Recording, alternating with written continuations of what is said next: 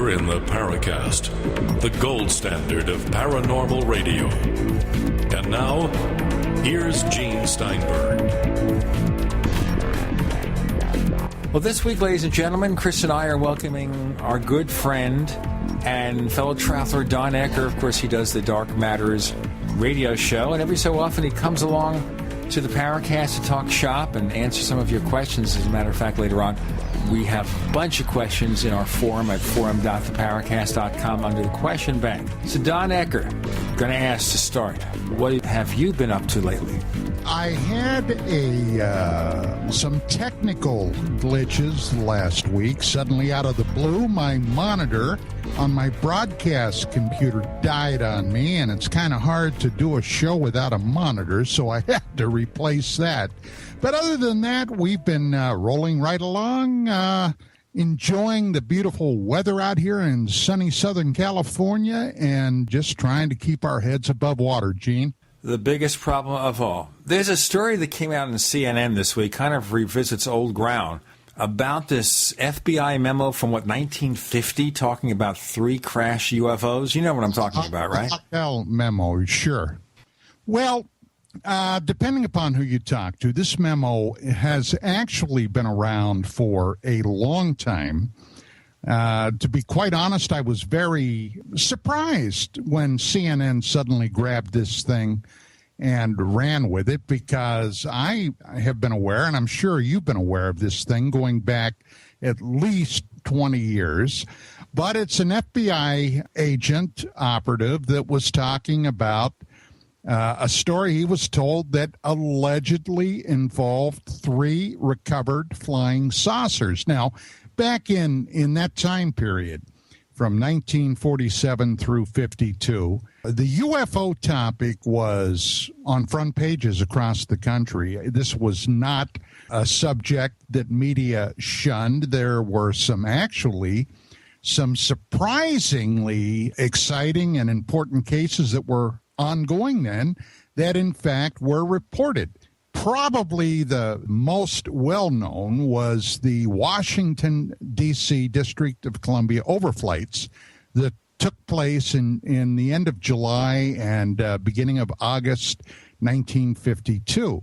But at any rate, this memo was talking about these stories, was sent back to J. Edgar Hoover, who, of course, was at that time the director and head of the FBI, and then it just kind of washed away like so many of these things do. But this memo had been recovered. Initially, when it came out years ago, it created a minor splash, and people talked about it. Then once again, the thing just kind of disappeared. Well, recently, it made the news again.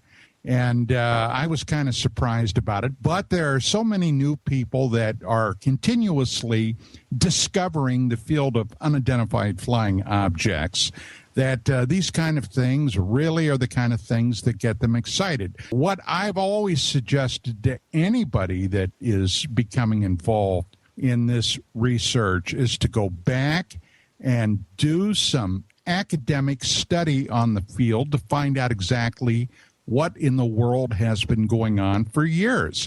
Because the information, there is a ton of information that you can educate yourself about this subject, Gene. Of course, when we look at these old documents, anytime something like this comes out, MJ-12 rears its ugly head. Yeah. We're all about that. And of course, recently when we had Grant Cameron on the show, we were talking about all these documents, and his feeling is they were put out there, a mixture of fact and fiction, I guess to serve the purpose of disinformation, although I wondered, in a case like that, why release anything at all? If you don't want people to know something, don't talk about it. Well, it can be any number of reasons. For example, back when my wife Vicky, and I were publishing UFO magazine, it was her very strong feeling and contention that, especially among the intelligence agencies, they loved the UFO field because oftentimes these stories, like MJ-12, would be floated. It would be a study in how these documents surfaced among various groups and peoples in the UFO research community and what they might do with them.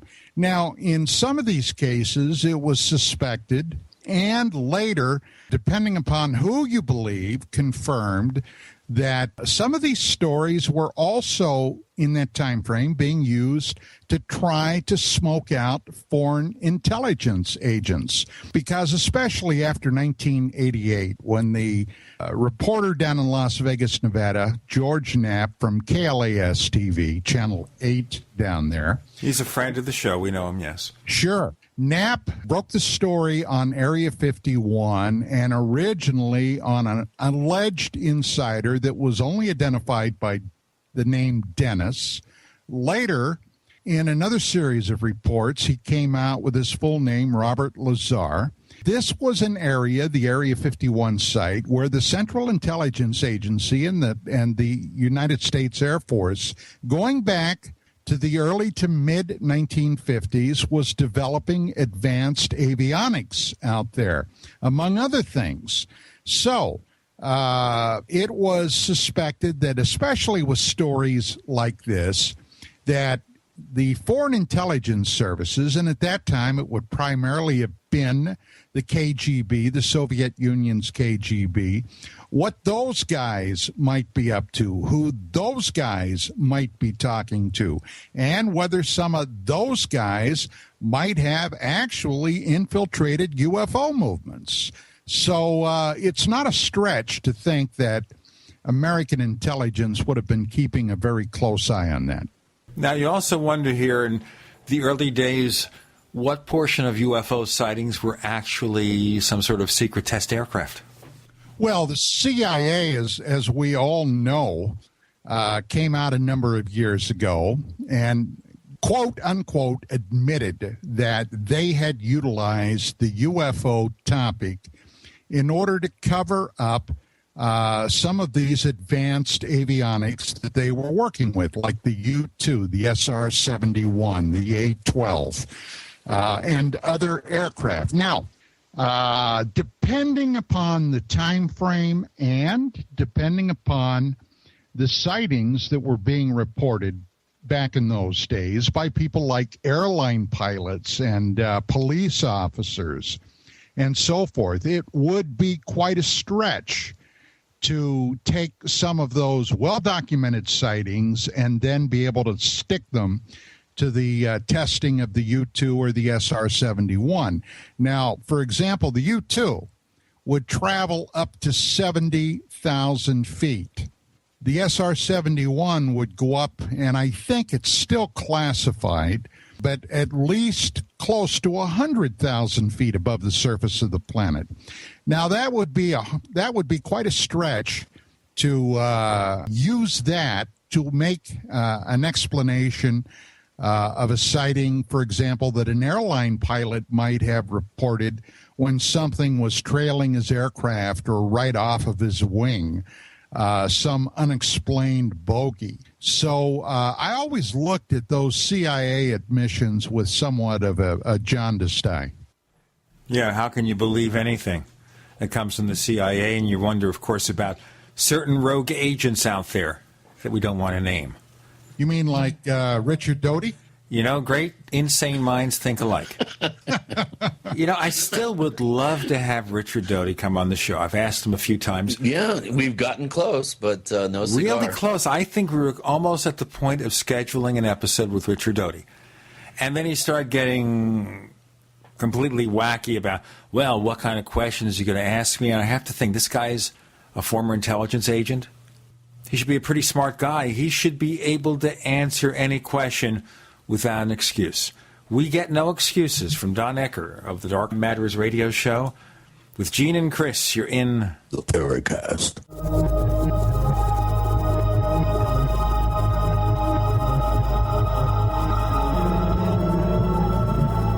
You know, neighbors, meetings are essential to the way we work. It's an opportunity to share ideas, problem solve, and even develop creative solutions. But you know, if your team is spread out in all sorts of different locations, you know, coming together can be an impossible task. That is, of course, unless you use GoToMeeting with HD Faces. You know, it's the powerful, simple way to meet and collaborate online. And of course, when I try to get together with Chris and our guests for the show, you can see that we have to meet online because we can't get together. We're too far away. That's why we use GoToMeeting with HD Faces. Try GoToMeeting free for 30 days. For this special offer, visit GoToMeeting.com, click the Try It Free button, use the promo code PODCAST. Remember, use the promo code PODCAST at GoToMeeting.com.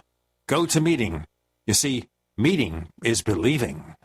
Hi, this is Gary Cooper with Midas Resources Gold and Silver. Don't be surprised when the global elite confiscates money from your bank account one day. They have already very clearly telling you that they're going to do it. With what just happened in Cyprus serving as a blueprint for future bank bailouts, if you are concerned about keeping your money, why not consider storing your wealth in gold and silver? Call me, Gary Cooper, at 1-800-686-2237, extension 130. Together we'll discuss your options of buying gold and silver. Again, the global elite have plans for your money, and it doesn't include you. So call me, Gary Cooper, at 1-800-686-2237, extension 130, and I will send you a booklet with 10 reasons why gold and silver could be right for you. Again, don't get caught with money in your account when the next bank bailout hits. Call me, Gary Cooper, at 1-800-686-2237, extension 130. We've lived in this neighborhood for years. We have an alarm system, and all of our doors have deadbolts. They kicked in our door, and we're in and out of our house in about 5 minutes. The police arrived in about 20 minutes, but they were long gone with our TV, jewelry, and my guns. I kept thinking, what if my family had been home? The police officer said that more than 85% of break-ins are through a door, and that deadbolts alone don't stop intruders. The officer told me to go to EasyArmor.net if we wanted something that would actually stop an intruder. Easy Armor reinforces all of the weak points on your doors and is guaranteed to prevent kick-ins. I was surprised at how little Easy Armor costs, and I installed Easy Armor in about 30 minutes. Visit EasyArmor.net. That's the letters EasyArmor.net. Or call 888-58-ARMOR. That's 888-582-7667. EasyArmor.net. Ultimate door security made easy. You've heard about our MRE smorgasbord. Now, Long Life Food Depot introduces the most unique, safe, and longest-lasting way to stash emergency food, the Eat Pod. Most survival food products recommend an ideal storage environment, including low temps, low moisture, and low oxygen. If you're storing in a basement, too humid, garages and attics, too hot. But the waterproof, double-walled, high-density polyethylene patent-pending Eat Pod is a unique rollaway food bunker that creates the perfect conditions, can be buried up to 30 feet, and can keep your survival food supply safe, secure, dry, and virtually undetectable for 25 years or more. Get full details on the Eat Pod at eatpod.com, spelled EATPOD.com, or call 800-601-2833. That's 800-601-2833. The Eat Pod from Long Life Food Depot. Since 1983, sending real food to your real future. We'd like to hear from you. If you have a comment or question about the Paracast, send it to news@theparacast.com. That's news@theparacast.com. And don't forget to visit our famous Paracast community forums at forum.theparacast.com.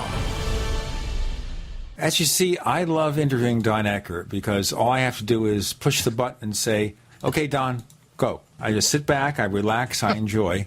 And that makes it all the more fun. Yeah, that's what my wife always tells me. She just drops a quarter in, and I'm off. Okay, well, today, of course, Don, was feeling a little bit light in the cash department. We gave him 50 cents. Yes, sir, 50 cents. Now, let's tell everybody why I got invited on the show today, Gene. This was fun. Okay, now understand when April Fool's Day comes about. Wacky things happen. Now, but the point is, the best April Fool's joke is the one that sounds like the truth. I mean, you could do it two ways. One, you just say something totally outrageous. So outrageous that nobody in his right mind would believe it. Or you take an item, look at the history, add a little bit of fabrication, and you come up with a little plot that one of your friends pulled on us. Well, can I say this? One of my asshole listeners, am I allowed to say that? I think you just did. Oh, okay.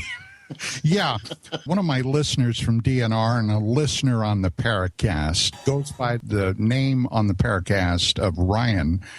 Put a thing in there that the other day on April Fool's Day that I was sick, and I sent him a note saying that I was canceling Dark Matters Radio after the end of this week. Of course, this was purely out of the blue. I didn't know anything about it, and suddenly I get a message from Gene. Gene says, Don, how would you like to come on the Paracast and do a retrospective?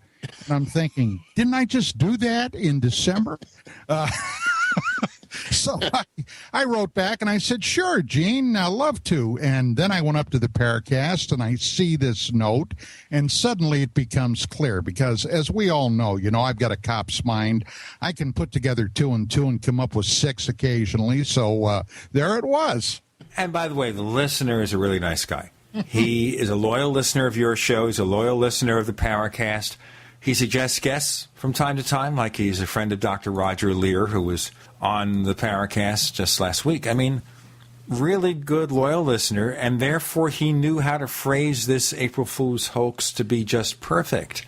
Yeah, sensible and I logical. fell for it, and I was thinking, oh my goodness, what's going on with this? And it just totally went right over my head that it was April Fool's Day until I saw the response to it, and I thought, oh man, that was a good one.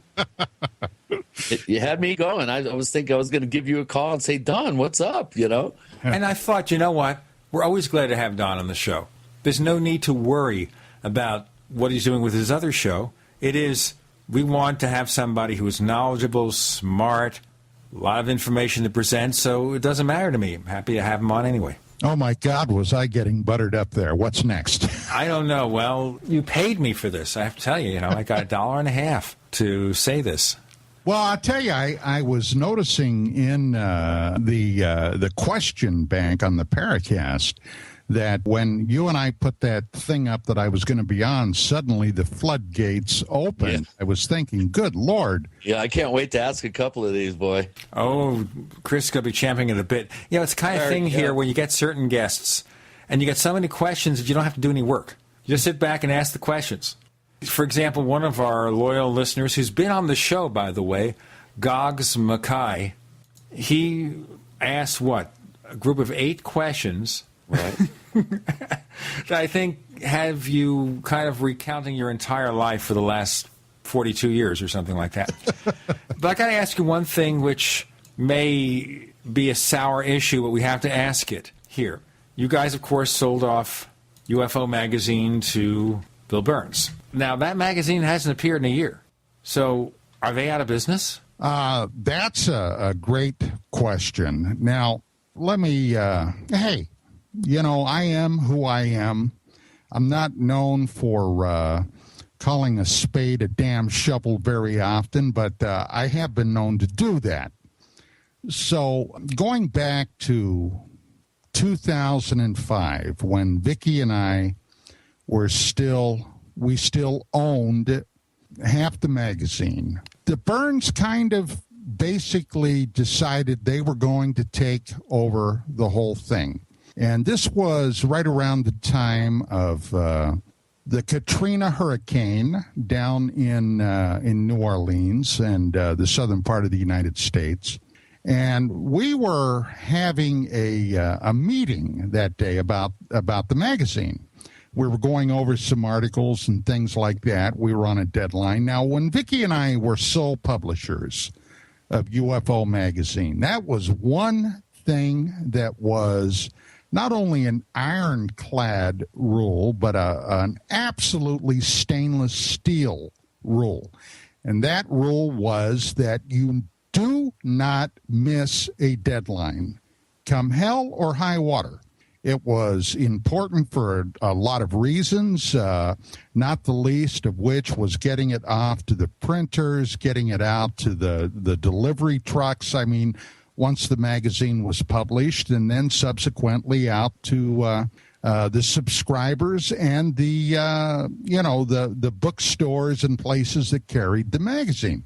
Well, for whatever reason, at that time, the deadline, and I'm going now strictly from memory, the deadline was missed. So we were down there having this meeting. Now, there's something else I've got to say, and I've never made a secret of this. I have always been, if I'm asked a question, I've always been as honest as I can be, although I have tried to never bring this aspect of myself into the UFO arena.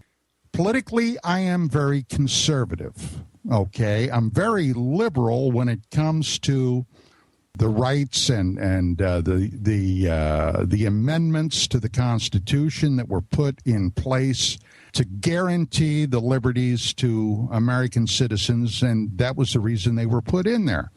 But conservatively, speaking about overseas and what have you, I've always had a very conservative outlook. Now, like I said, I did not and have not tried to ever bring my beliefs into the UFO arena. However, I was that day blindsided. I was castigated during that meeting by Bill's wife, Nancy, because of the hurricane. And I mean, the lady came completely unglued on me. Because of the hurricane? What does that have to do with anything? Because she felt that that Bush, who was president then, wasn't acting quickly enough. Now, yeah. What does that have to do with UFOs and UFO magazine? It made no sense. Well, that's what I'm trying to tell you. Sure. It made absolutely no sense. Now, I was supposed to go to a doctor's appointment after the meeting, and I mean, this devolved into an absolute screaming, shouting match, and pretty much effectively at that point, I said, the hell with most of it. Okay. I'll tell you what, before our sponsors say the same thing, we have Don Ecker joining Gene and Chris here in the Paracast.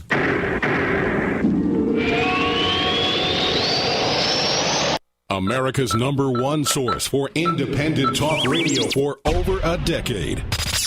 We are the GCN Radio Network. Attack of the Rockoids has been well received by critics and readers alike. It's a thrill-a-minute story you'll never forget.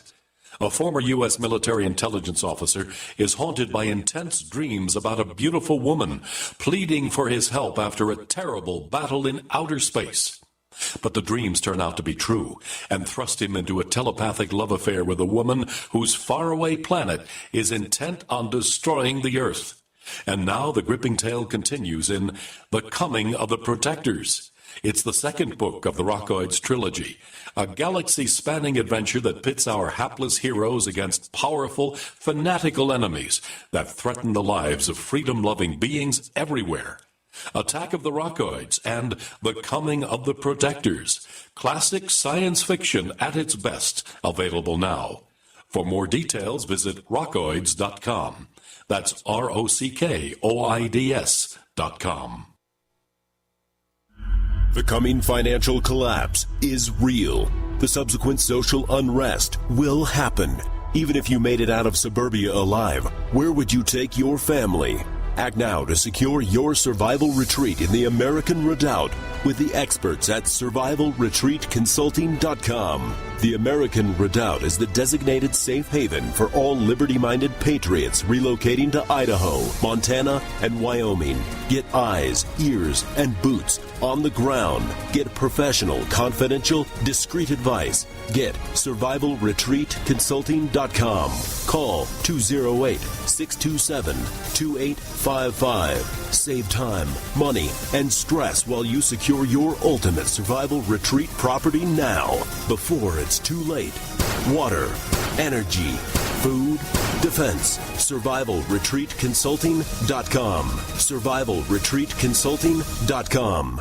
Your freedoms are on the line. The Second Amendment is in danger. How soon before your freedoms are taken away? What can you not live without? What is your greatest dependency? Is it your guns? Is it your home? No, it's food. It all boils down to the food supply. Tyrannical governments control people by controlling their food supply. Don't be dependent. Be self-sufficient. Don't wait for the government to feed you. Feed yourself. I can warn you, but I can't feed you. Do like Alex has done and get a supply of food from eFoods Direct. It's the best long-term storable food on the planet. Get the popular Mega Patriot Pack free. A 24-day supply of food plus stove, cook pot, and fuel. Call 800-250-1857 or go to efoodsdirect.com/Alex and get up to 20 Mega Patriot Packs free with purchase. Build your food supply. Be in control. Be self-sufficient and be a patriot. Call 800-250-1857 or efoodsdirect.com/Alex and get your free Patriot Pack today. Hello? Congratulations. For what? For losing all that weight. How'd you do it so fast? ASAP. ASAP what? What's that mean? Are you ready to get as skinny as possible, as soon as possible, as simple as possible, and as sexy as possible? I'm listening. Then get with the ASAP program. It's real and it works. No smooth talk, no slick advertising, and no exaggerated claims of success. I've got to know more. Welcome to ASAP, as slim as possible. Whether you have 10, 20, or 50 pounds to lose, ASAP is your weight loss answer. ASAP targets the abnormal fat reserves and makes them available to be burned as fuel and contains no caffeine or hormones. Order ASAP at wholesale prices or join the team to share the business with others. Visit GCNteam.com or call 877-878-4203. GCNteam.com or call 877-878-4203. Lose weight and look great with ASAP, as slim as possible.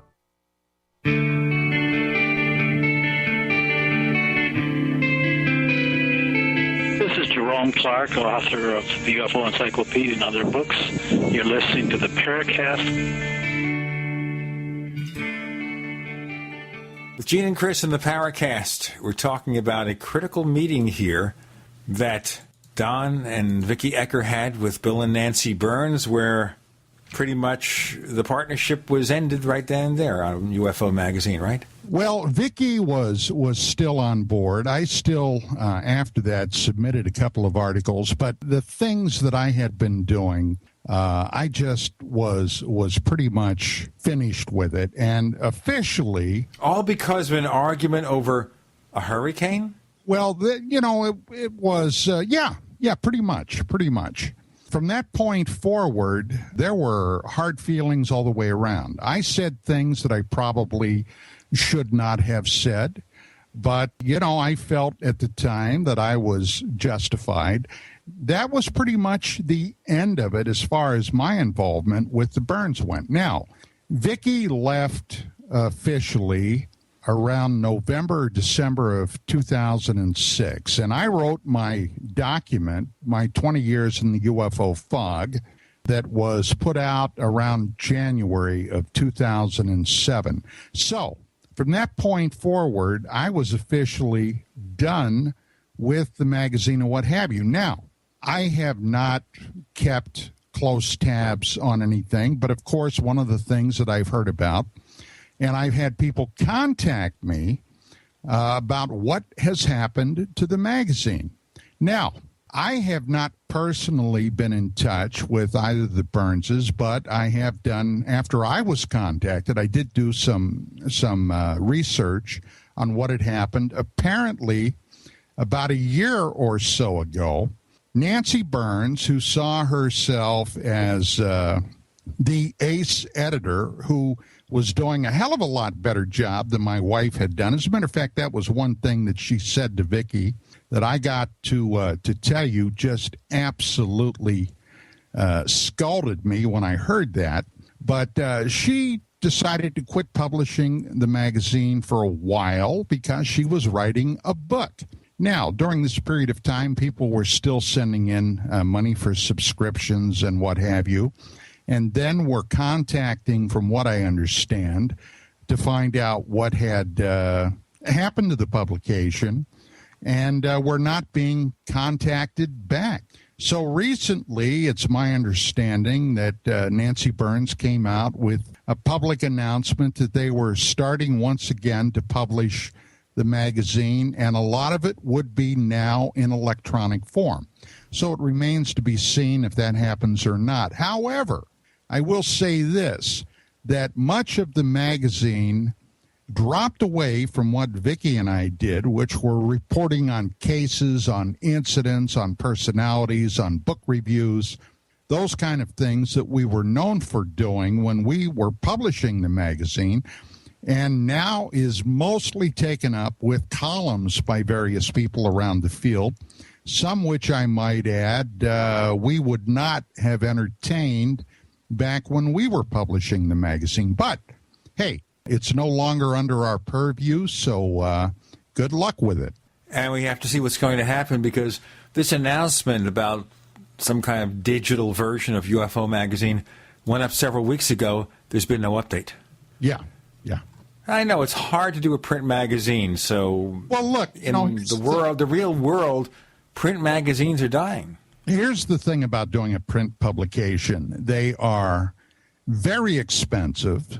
Things like ink, things like paper, things like, are you having a glossy cover, something else, the various types of fonts that you use, making sure, which this was a problem a few years ago when the magazine was still being published, that you proofread the publication before it goes to the printer. There were a lot of oops that showed up in the magazine there for quite a while. A story continued on page XXX, and then you have to hunt and peck for the rest of the story in the magazine. Those kind of things, it takes time and expertise to, to really pull something like that off. And then the payoff is often very, very low. Things like you may have 2 or 3 magazines out before you get any payback for, the first magazine you sent out, and already here's magazine number 3. And all the meantime, you still have to keep paying for the printing. You have to keep paying for the deliveries. So it's a tough game. Well, I know I've been there, so I know how difficult it is. As many publishers are learning, it's better not to have a print magazine anymore. Doesn't make sense. So that's a good move. We have to see what happens with it. That's why so many publications today are dying. I mean, they're just disappearing. Or they have an online version and they're trying to figure out ways to monetize it. Even the New York Times is trying to figure out ways to monetize their presentation. At the same time, what you see in journalism today is cutting back on investigative journalism. So you have people who cover the stories from day to day. When you need this analysis, and we were talking about this before on another interview with my tech show, the Tech Night Owl Live, about doing real journalism, about covering the story, going in depth about what's really happening. That doesn't happen. No, you can see that. You can see that all across the board. And there's something else. And it's especially very prevalent with the current administration in the White House, especially with the White House press briefings.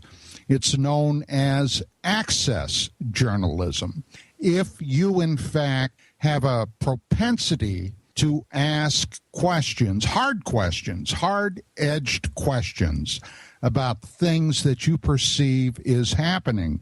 And, for example, the administration now is cutting off access to journalists. The Benghazi affair is one perfect example that has not been addressed by the administration to the public. Yeah, but I think there's also a lot of political posturing there, and I just don't want to get into it. No. We'll get into an argument. The point, sure, but it's not what I'm saying. What I'm saying is that you have access journalism, okay? When that's perceived what is happening, then you lose the investigative process. It's also very apparent in the UFO field. For example, one person in particular, Dr. Stephen Greer, okay, recently went out and gathered up close to $250,000 to do a movie, okay? And everybody initially thought that we're donating to this movie, that this thing was going to be in the theaters and what have you. Suddenly, the movie is done, all that money is collected, and it's only selective showings around people's homes and those types of venues where the public is not going to get a chance probably to see this. So that's a case also of access journalism. Back when Vicki and I were doing UFO Magazine, do you think for 1 second, and I can tell you it would have never happened, that if we would have tried to get in touch with Greer to sit down and interview him about something like this, that he would do it? He wouldn't, because we would ask him hard-edged questions. That's what we did. I'll tell you what, he was on the Paracast a couple of times, and the second time we asked him not so much a hard-edged question, but a medium-edged question, and he became real uppity, real fast. Well, the same thing with Stephen Bassett, okay? When you and David Biedney were trying to get him to talk about why he, in fact, had some of these very, shall we say, loose personalities connected with a disclosure project, and he felt it was not his job to vet these people prior to taking the things like the press briefing. You know, he actually yelled on the air. I think that's the only time that happened. We had another guest who hung up on us, but in this particular case, he was yelling at us as a result. Don Ecker can yell at people, too, when they deserve it. With Gene and Chris, you're in the Paracast.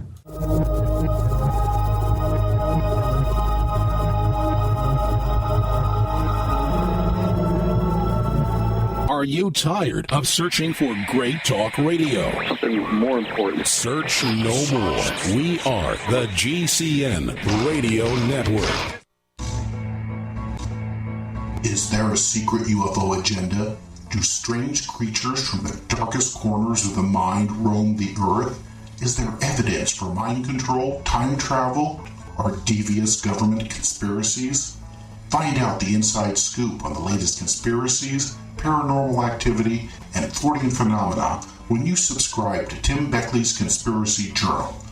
It's jam-packed with stories, special book and DVD promotions, and the best news, it's absolutely free, sent right to your mailbox. Plus, a bonus free email newsletter sent out every Friday. Simply send an email with your name and address to Mr. UFO at webtv.net. That's Mr. UFO at webtv.net. Find out what they don't want you to know.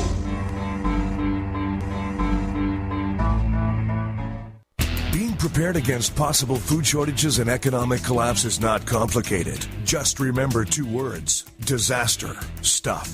Add .com after those 2 words and you've got just one site for all your preparedness needs. Disasterstuff.com prepares your family against food shortages with Linden Farms freeze-dried foods in buckets or Gourmet Reserves freeze-dried food in numbered 10 cans, both with free shipping. Purify and rid your water of contaminants with a Big Berkey or other Berkey system and get free shipping, plus a water level spigot or fluoride filter at cost. And protect your radios and other electronics from EMPs with our EMP Faraday bags, starting at just $5.90. When the food shortages and economic instability happens, be ready with all your stuff from disasterstuff.com. Just remember 2 words: disasterstuff.com. Freedom through self-reliance and personal responsibility. Nice shooting. Hey, that's a sweet AK-47 chest rig. Is that multicam? Yep, got it from StrikeHardGear.com. Strike what? StrikeHardGear.com. Set your sights on StrikeHardGear.com. Tough, tactical gear for your Soviet-style weapon that's made in the USA. Affordable, plus a no-questions-asked 30-day money-back guarantee and lifetime replacement warranty. StrikeHardGear.com. Go ahead. Pull the trigger. We the people grow cotton, weave fabric, engrave ink, embed strips and fibers to protect from counterfeit and carting to a private bank, having it lent back at interest, forcing taxes to service debt. This capitalism, or was Jefferson correct when stating a central bank issuing the public currency is a greater menace to the liberties of the people than a standing army. Hi, Ted Anderson. I'm placing a free silver dollar in a book that explains our monetary system. Call for your copy, 800-686-2237. It's time to understand the system. Call 800-686-2237. That's 800-686-2237. Radio advertising on GCN, the Genesis Communications Network, is simple, affordable, and reaches millions. How do we do it? Let's break it down. First, the simple part. You tell us about your business. Then our expert radio copywriters write your copy. We hire professional voice talent. Hello there. I'm a professional announcer. And then produce your ad with just the right music and feel. Voila! Simple. How affordable? 60-second ads on GCN are the most affordable national radio advertising rates, period. And that brings us to reach. Millions of people listen to GCN radio programs on over 700 AM and FM and XM stations and streaming audio live. That's it. A one-stop shop. Creative radio ads. Very affordable rates. Millions of potential customers and customer service that can't be beat. See our current list of satisfied advertisers at GCNlive.com. Then shoot us an email, advertise@gcnlive.com.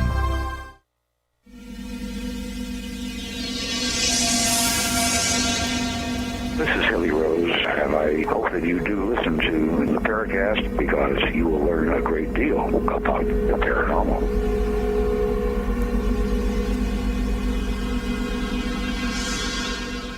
As you see, our friend Don Ecker of Dark Matters Radio suffers no prisoners. He tells you what he thinks, whether you like it or not.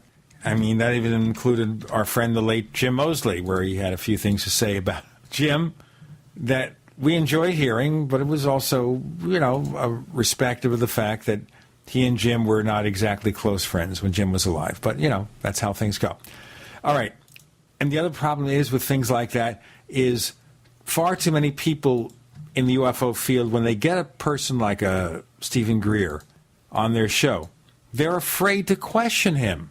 They're intimidated by it, so they ask very simple questions or have the guest give them questions. A certain radio show you know about does that. Give them questions, they read the questions, and that's the interview. That's not an interview, that's what?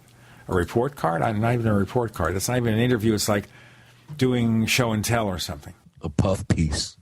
Well, I'll give you an example. Now, just very recently, George Knapp, who is an excellent reporter from KLAS-TV, and he also hosts occasionally on the Coast to Coast radio show, which, of course, was originally put together by radio legend Art Bell.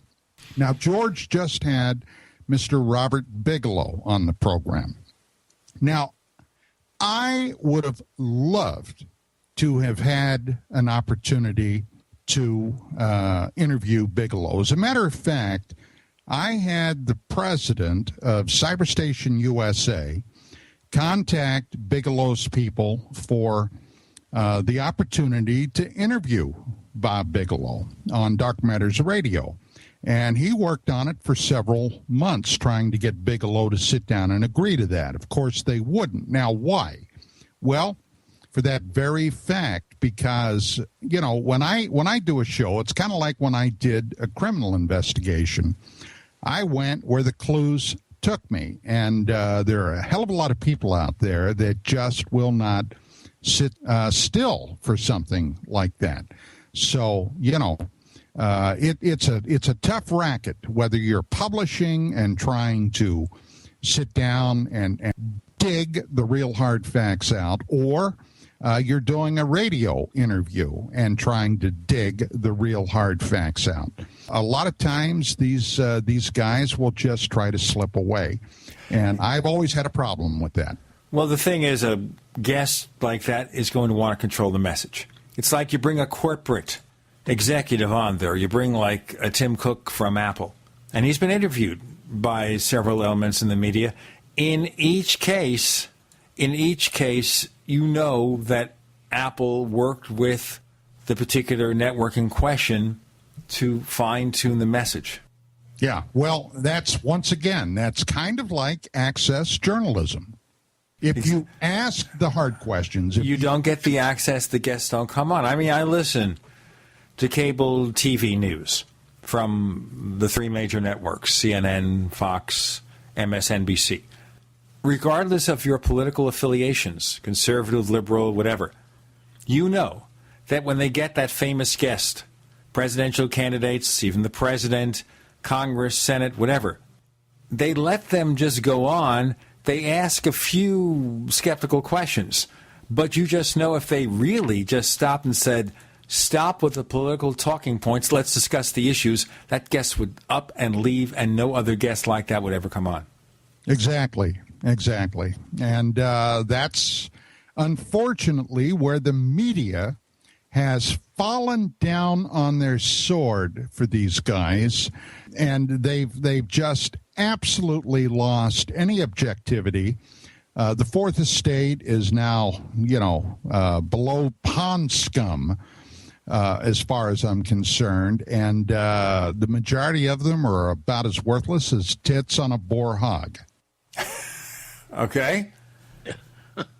I'll How go with do you really that. feel about the state of journalism today, Don? That pretty much said it, I believe. Do you remember journalism? I don't know if we see much of that practice anymore. It's like they're copy machines. Start your copy machines.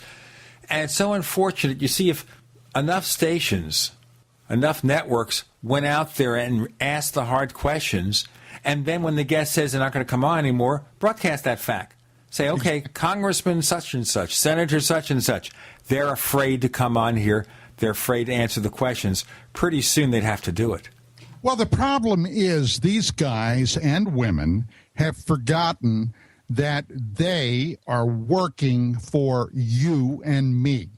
They are our employees. And I think that under our system, at least the way it is today, we've got to make them aware of that. And somehow it's gotten turned topsy-turvy. The same thing with the UFO and paranormal topics.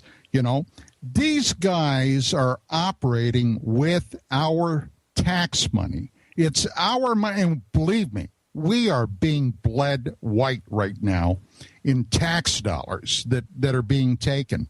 And by God, I want to know what they are doing with my money. Now, take the... But they're not working for you. They're working for the corporate donor. Yeah. Have you noticed? Take the example of UFOs. Now, we have been told, Gene and Chris, for all the years that we've been involved with this topic, that UFOs do not represent a threat to national security. Okay, that's great. They don't represent a threat. Then what in the hell are you hiding? Okay, because it's obvious to anybody with at least a half an ounce of gray matter between their ears that something is being hidden and is being concealed. But it's not one of those things that is going to come to the surface anytime soon. Don, we got so many questions asked in the forums at the question bank at forum.theparacast.com from our listeners. I think we should kind of open up to some of those questions right now, and we'll get back to asking you other things. Chris, you want to get started? Sure. Spooky Mulder, you were talking about in 2007, Don, about your decision to publicly leave the field of ufology. He wants to know if it's not too sensitive of an issue. Could you talk about that decision to get out of the field and what has brought you back? Well, I think I just said why I ended up getting out of the field. Getting back into the field. Okay, now this is something that I have explained time and time again. I do not consider myself back in the fray per se. I do my radio show, and this is, of course, one of the topics that we cover quite frequently, and I've always been very consistent in stating that I have never lost my interest or my curiosity about the topic. But as to getting out there and getting back up to my elbows, for example, in dead cows, or going to an area where there was a recent sighting, landing traces, I haven't done that. I've basically, since I physically left the field, mostly what I've done is talk about it. So basically you talk, but you don't act. Yeah, I guess that would be pretty accurate. All right, fair enough.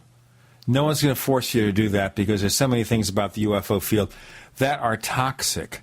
You understand why people want to give it up, why people want to get back to a regular life. But there's something about it that just drags you back in, and you and I both know it. Well, doing the radio show is actually quite a bit different than being out there in the field. But you see, one thing that I have over many people that today see themselves as broadcasting with podcast and what have you is the years that I put into the subject where I've been in the field. I've talked to the people. I have been examining cases. I have interviewed people of note and then reported on what I found. So, I guess at the risk of sounding like I'm a little full of myself, I guess I've been around this block a few times, and often I'm able to discover what the pitfalls are ahead of time. And sometimes you still fall into the trap. Well, we all do. We're human. Yes, despite the warning signs. We look at things, we fall into the trap, we make the same mistakes over and over again. Even if they say doing the same thing over and over again and thinking it will bring a different result, well, that means you're insane. Well, I guess most of us are insane. We have Don Ecker of the Dark Matters radio show with Gene and Chris. You're in the Paracast.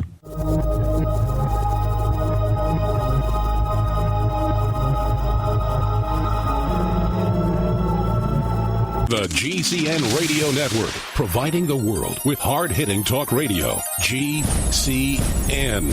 Great talk radio starts here.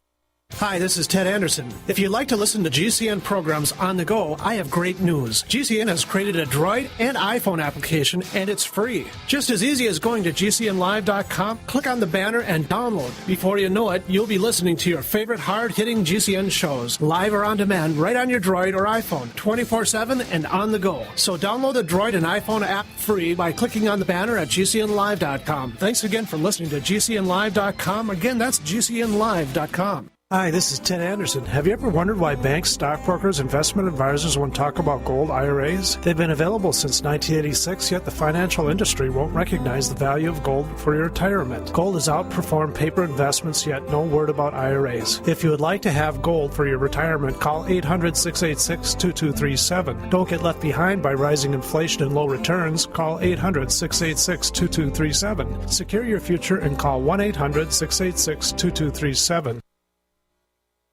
What's safer and cheaper than prescription drugs? Glad you asked. The answer is Renovation Teas. Herbal remedies are much safer and much cheaper than prescription drugs. Taste great, and most importantly, herbal teas are effective and non-addictive. Renovation Tea is especially unique, and here's why. We spent years researching herbs and their beneficial properties. Renovation Teas uses only 100% organic, fair trade herbs. Our teas are blended towards specific ailments and health conditions, such as diabetes, blood pressure, anxiety, libido, detox, and much more. All Renovation Teas are formulated and hand-filled in Arkansas. Take care of yourself naturally, the way Mother Nature intended. Order Renovation Teas at renovationtea.com or call 870-784-3121. That's 870-784-3121. Renovation Teas. Renovate your health one bag at a time.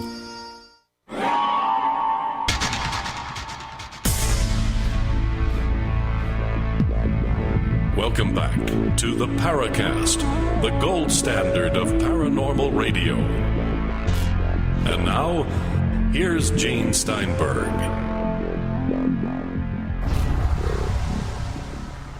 Don Ecker of the Dark Matters radio show, friend of the Paracast, joining us. We're talking shop and answering your questions from forum.theparacast.com. He was asked why he got out of the field, but sometimes you think things like that are self-evident. What's the next question, Chris? Well, this one comes from William J. White, and this is interesting. I've never heard this before, Don.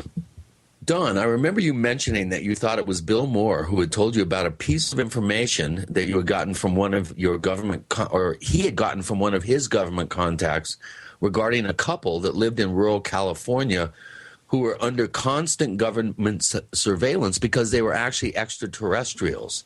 Have you since confirmed that it was in fact Bill Moore who shared this information with you, or was it someone else? And do you think there was anything to this peculiar story? This is a new one for me, Don. No, he got that a little confused. Back in the early 90s, after Bill Moore made his infamous announcement at the MUFON Symposium in Las Vegas, we reported on that in UFO Magazine. Of course, at that time, I had a lot of contacts, and I was trying to keep ahead of some of these games that various peoples were playing. But at any rate, at that time, Bill Moore and I, somewhere along the line, agreed that we were going to have lunch or brunch every few weeks, just to kind of, quote, unquote, catch up. Now, the bottom line was, Moore wanted to know what the hell we were doing, and I wanted to know what the hell Moore was doing. Now, another guy came out of the woodwork about that time that was making quite a splash out here in California, that the Paracast members will recall, was a guy by the name of was going by the name of Michael Younger. Now, Younger had been in touch with me. It's a kind of a long story, and I don't want to get sidetracked with all of that. But one day, he called me up, and he knew that I was having these meetings with Moore. And he asked me, he said, by the way, he said, when you meet with Bill, he said, ask him about this because one of my contacts wants to know, and I think it was letting Bill Moore and his intelligence contact know that this other group, which, and to be honest, I don't know to this day who they were or who they represented, but they were going by the nomenclature of COM-12, that they were keeping a couple, Moore's intelligence people were keeping a couple living here in California under surveillance. And I said, well, for what reason? And Younger got a little hinky about that. And finally, he blurted out, well, he said, the belief is they might be E.T. And, you know, I got to tell you, I thought when I heard that, I thought, oh, boy, what is this? So I said, okay, sure, I'll ask him. So the next meeting that we had, we were sitting there having breakfast, and we were chatting about this and that. And I hit Moore with this. And Moore's reaction was very unusual. And he looked taken aback.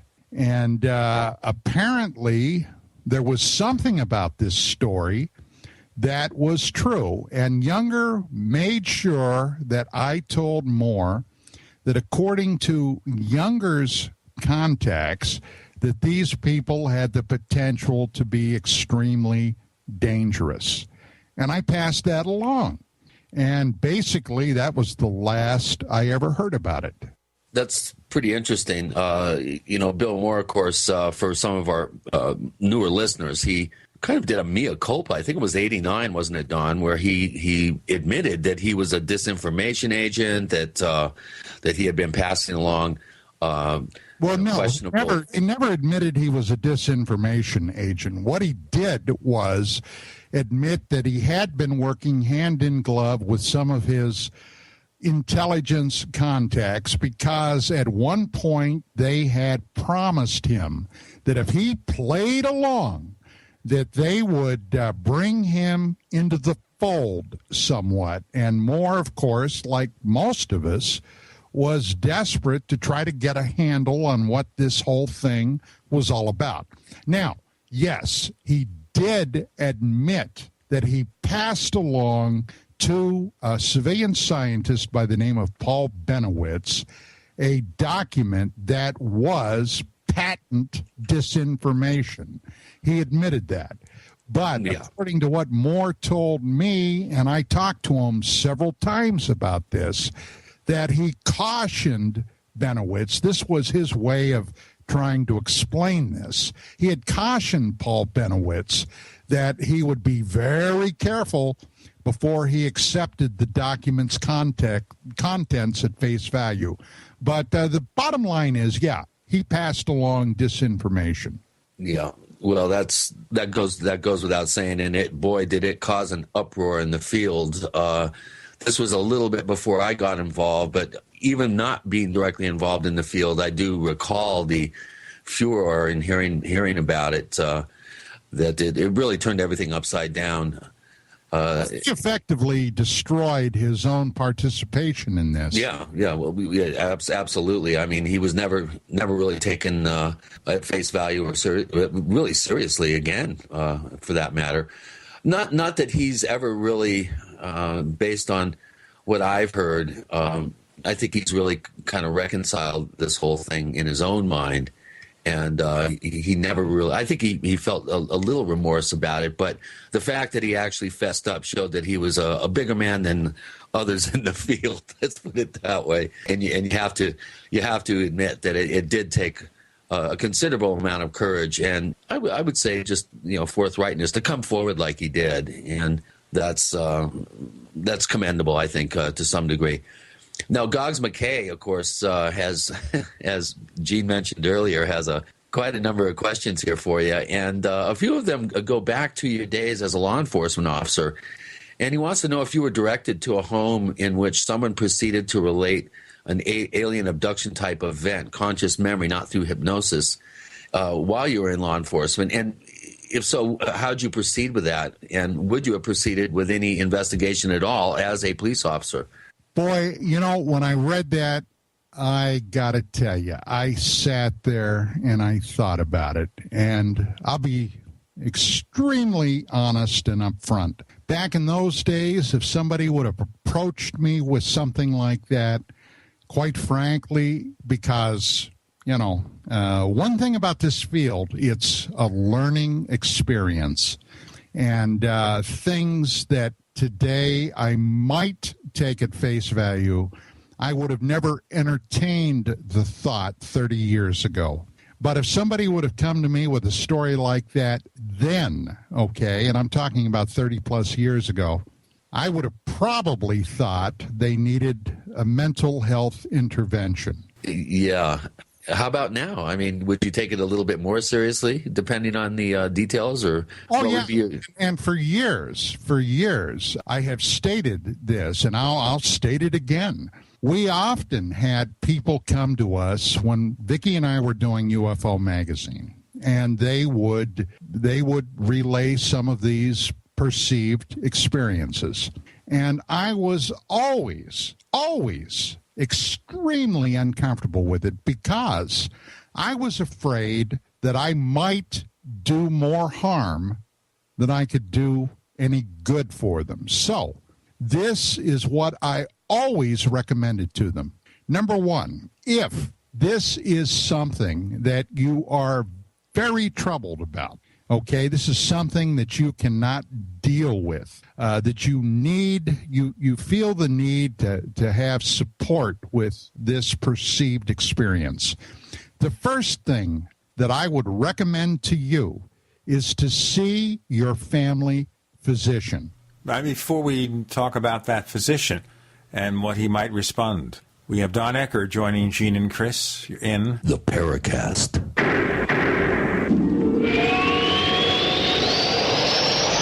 Attack of the Rockoids has been well received by critics and readers alike. It's a thrill-a-minute story you'll never forget. A former U.S. military intelligence officer is haunted by intense dreams about a beautiful woman pleading for his help after a terrible battle in outer space.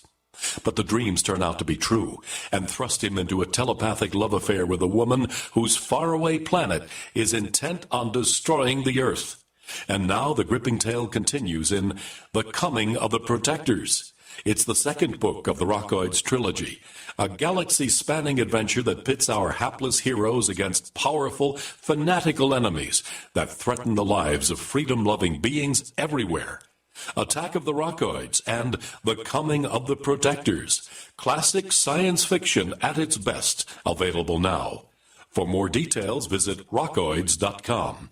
That's ROCKOIDS.com. Making the right decisions is a challenge to investors. Are we going to see economic growth, slide into a recession, or at worst, depression? Hi, Ted Anderson from Midas Resources. We all know when a company acts irresponsibly, divesting ourselves in a move towards safety is prudent. When the market becomes volatile, U.S. Treasuries are a safe haven. But what do you do when the U.S. government overextends itself and spends beyond its means? Many investors are turning toward gold as a common-sense alternative to traditional paper investments. Midas Resources has put together a powerful book titled 10 Reasons to Own Gold, discussing costs, benefits, risks, featuring full-color illustrations, weights, and measures. The book is free and can be yours by calling 800-686-2237. Paper investments are dwarfed by gold's 6,000-year history. Discover how gold may be right for you and your IRA by calling 800-686-2237. Whether buying or it's time for you to sell, the book is free. Call 800-686-2237.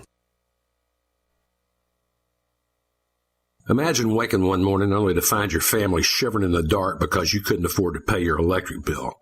That's closer than you think. You probably haven't heard about this yet because the liberal media has been suppressing what is fast becoming the most shocking news story of 2012. Obama's secret war on coal that could increase your already high power bill as much as 400% in coming months. As shocking as it sounds, it may well be just a matter of time before the lights start going out across America. But here's some good news. There's an underground video at exposed123.com that thousands of smart patriots have used to end their slavery to the corrupt electricity monopoly. The video at exposed123.com has already been banned by Google, and the liberal media is doing everything in its power to take it down and keep America in the dark. So watch it now at exposed123.com before it's too late. Again, that's exposed123.com. Gardeners, here comes another growing season, but don't use last year's soil. Maximize yields in your survival garden with EM1 from Terraganics. EM1 is an organic soil conditioner, fertilizer amendment, and compost accelerant that provides a broad spectrum of beneficial microorganisms, enzymes, trace minerals, vitamins, and various organic acids. EM1 helps regulate the soil's pH level and its soil microbes, improving moisture retention and drought tolerance. Remember last year's dry conditions? EM1 from Terraganics is safe, chemical-free, and certified for use on all organic farms. It improves plant quality, size, color, flavor, and gives up to 20% more nutrient value in fruits and vegetables and greatly increases shelf life. And EM1 is so simple to use, just mix with water and apply. This year, prepare your crisis garden for maximum yields with EM1 from Terraganics.com. Order now at TERAGANIX.com or call toll-free 866-369-3678. That's 866-369-3678. Terraganics. Life's getting better. We'd like to hear from you. If you have a comment or question about the Paracast, send it to news@theparacast.com. That's news@theparacast.com. And don't forget to visit our famous Paracast community forums at forum.theparacast.com. So the first suggestion, you see the family physician, assuming you have one, and I think a lot of people don't these days. Right. What's the next suggestion, Don Ecker? Number one, you see your family's physician. Number two, if you are having a hard time dealing with this perceived experience, seek a mental health counselor. Now, I am not suggesting by any stretch of the imagination that I'm saying that you're disturbed. What I am saying is that these would be the people that might be able to help you deal with the situation. What we're talking about here, guys, and this is not something that is often discussed in connection with abduction, but we are dealing with a type of PTSD, if it's an actual experience that these people have undergone.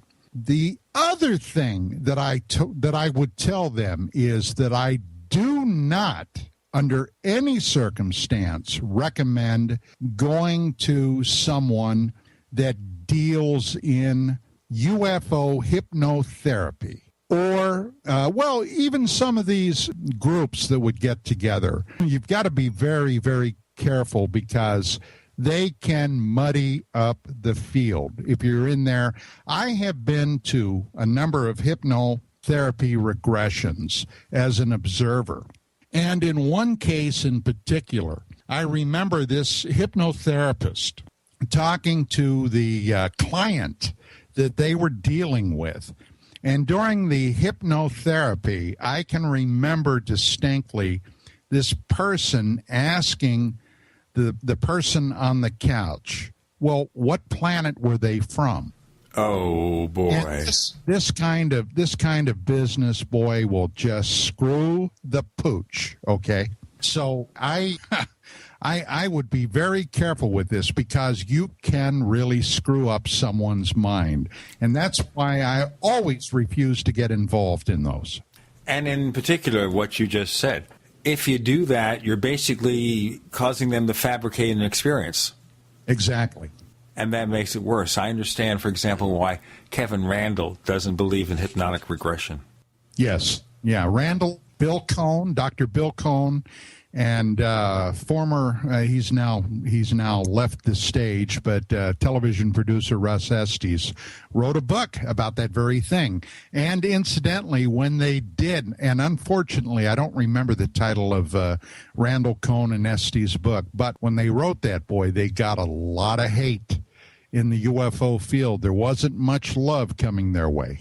How about other types of cases while you were in law enforcement? Goggs McKay asks, again, cop days. Did you ever hear anything yourself or through the grapevine, law enforcement grapevine, that was worthy of the X-Files? Any sort of strange paranormal type reports that were filed?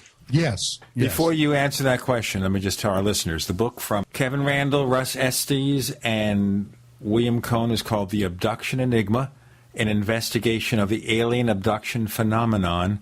It's from 1999. I guess some publishers still have used copies. Sorry to interrupt. Yes. Yeah, there were two things that came to mind about would they be worthy of the X-Files. And the first one that I'm going to mention is one that I've mentioned here before when I was a lead investigator on 2 cattle mutilation cases. That, I think, definitely qualifies. The other one happened not long after I first became a uniformed police officer. Now, one thing that I'll never forget, because at the time I was not thinking much along the lines of UFOs or those types of experiences, but we had a hotline telephone number to call in the event that something ufological came our way. And I'll never forget the first time, and I don't anymore remember what the number was or who it went to. I never used it. But we had a number right there in the department to contact if we heard of any UFO cases, okay? Now, that kind of, I found that kind of strange at the time. And we're talking circa 1970, early 1974. The other thing that I heard about that was kind of a mind blower was between my hometown and going down into Antis County. Now, there were a couple of ways that you could get there, but this one route was kind of like on a country lane. When I heard about this, I was absolutely amazed. But another police officer from a different department, his wife had been driving down there. And if I remember now, this would have been in the fall.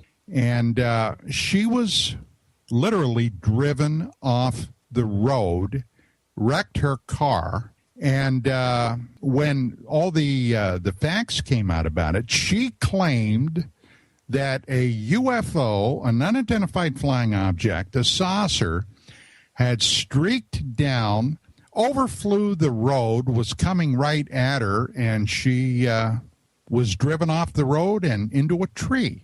Even MUFON, the Mutual UFO Network, reported on that in one of their monthly publications. And I think, if I remember correctly, and I could be wrong, But this was reported on sometime during, I believe it was 1973. I think that would have probably been X-Files worthy. Chris?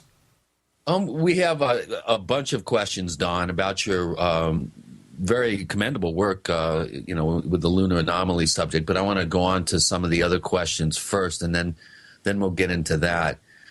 This is another question from Goggs McKay, and it's a good one.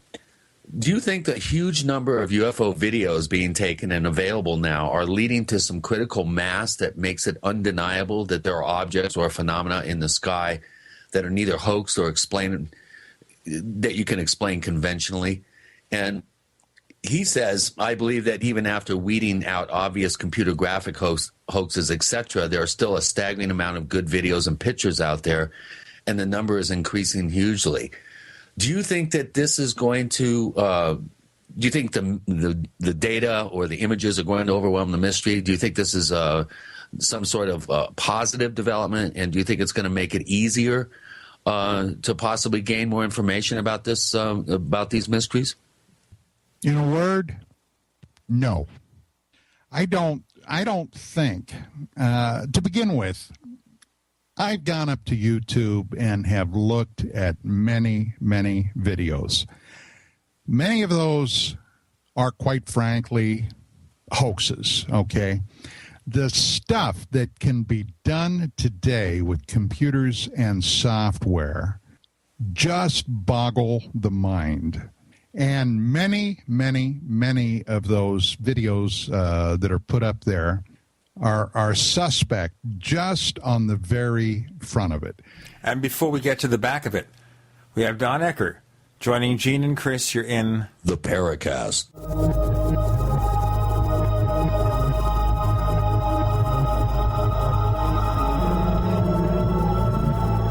America's #1 source for independent talk radio for over a decade. We are the GCN Radio Network. Graphic Converter is the image manipulation tool for the rest of us. It does not use any database. You get full control of all your files. Want to view the images of a folder? Drag it into Graphic Converter, and a powerful browser opens up to show your image files. You could use it for slideshows. You could use it to import images from digital cameras or from scanners. Need to do some image editing? You can do that too in Graphic Converter. Also print catalogs. Convert from so many formats I can't even list them. Download now to see if Graphic Converter is good for you, like 1.5 million other users. Guess what? You could save money when you buy Graphic Converter. Use the coupon code Night Owl. Use the coupon code Night Owl to get a special price for Graphic Converter. Go to lemkesoft.com. That's LEMKE soft.com. lemkesoft.com. LEMKE soft.com. What do you do when your propane runs out and you don't have a large amount of wood for cooking? That's when you need a Grover rocket stove from StockStorage.com. The Grover rocket stove starts easily with any combustible material like junk mail, small twigs, leaves, weeds, or dry sagebrush. Then just add a small amount of kindling wood and you'll be cooking entire meals in minutes. Grover rocket stoves are made right here in the USA and are built to last a lifetime using heavy-duty thick-gauge steel and are painted with high-temp paint to withstand heat. Go to StockStorage.com and see 3 great Grover rocket stoves, stainless steel, heavy duty, or our original Grover rocket stove for only $135 and get free shipping to the lower 48. For phone orders, call 801-361-6984 or go to StockStorage.com. That's 801-361-6984 or StockStorage.com. The original Grover Rocket Stove Minimal Wood Use Cooking Stoves. Available exclusively from StockStorage.com. It's time for a home security quiz. What effective home security device is smaller than a coffee cup, fakes out burglars into thinking someone is home at your house while you're away, plugs into any wall outlet, is recommended by many police departments, and sells for less than $30?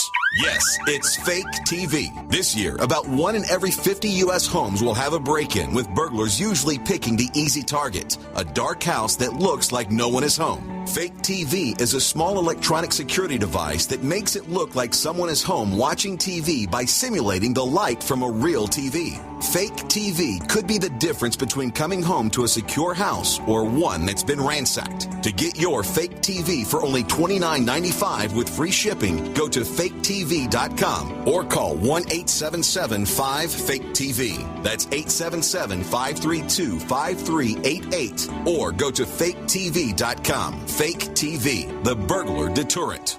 As many as 7.5 million Americans have psoriasis, and many of them suffer in silence, hiding their itching, flaking, and discomfort. If you're living with psoriasis, your new life begins now when you call for a risk-free trial of Ceraderm. Ceraderm provides fast topical relief of skin psoriasis. Ceraderm helps to stop the itching, irritation, redness, and flaking caused by your psoriasis. Even if you've tried everything else, even if you've suffered for years, imagine living without discomfort and embarrassment, and without wearing long clothes to hide your psoriasis. We're so confident you'll love your skin after using Ceraderm that we're offering it risk-free. But you have to call now. Just call 1-800-207-3483. That's 1-800-207-3483. Try Ceraderm risk-free. Just call 1-800-207-3483. That's 1-800-207-3483.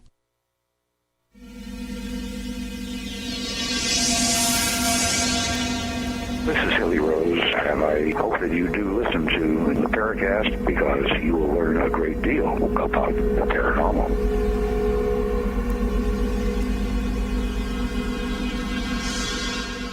Don Ecker with Gina and Chris on the Paracast, and he's answering your questions, which are posted at forum.theparacast.com. Don, you were in the middle of answering a question from our listeners. Would you proceed? Yes. The other thing is, regardless of how many photographs or pictures that are taken of supposed anomalies, today it is virtually impossible to validate many of these. Simply because of the power of personal computers, the software, the way that these things can be manipulated. A few years ago, about 3 years ago, I was working with a guy that was trying to put together a television program. This guy was a producer on my lunar stuff. And at the time that I was working, all on spec, incidentally, it was all ended up being a freebie. He often would direct me to various links that were supposedly showing some UFOs that had been videotaped. I'll never forget one that took place somewhere supposedly on an island, I believe down in the Caribbean, if I recall correctly, where these two absolutely mind-boggling UFOs with fire coming out of them, what have you, right above a palm tree. Yeah, that was the Haiti. They call it the Haiti footage, I think. Right. Well, it was bogus. The whole thing was slapped together by somebody. They did one tremendous job on it. And boy, I'll tell you, the first time I saw it, I was thinking to myself, good Lord. But it was phony.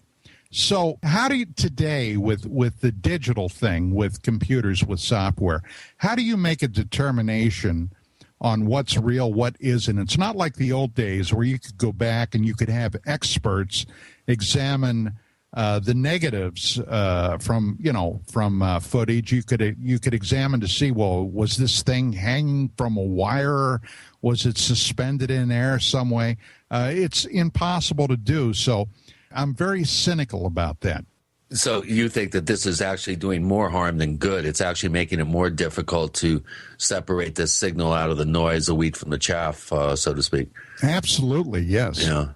Well, there are certain diagnostic elements that the average hoaxer is not aware of that has to do with the ionization effect that these objects have in the atmosphere, especially anywhere near water. You're going to have what akin to plasma effects that tend to be seen during legitimate sightings, and could account, for instance, for some of the vivid colors that people have reported over the years. So I think with an accurate analysis by somebody who knows what they're looking at, I think that these things can be determined whether they're real or not pretty quickly. But you're right, Don. I mean, for the average person looking at some of these these videos on YouTube with the the super compressed video that YouTube is now becoming infamous for in the UFO realm, some of them are just. You just have to wonder why someone's going to spend hundreds of hours to create some of these amazing hoaxes. Why just to get their yayas off and get people thinking that this is a real sighting event?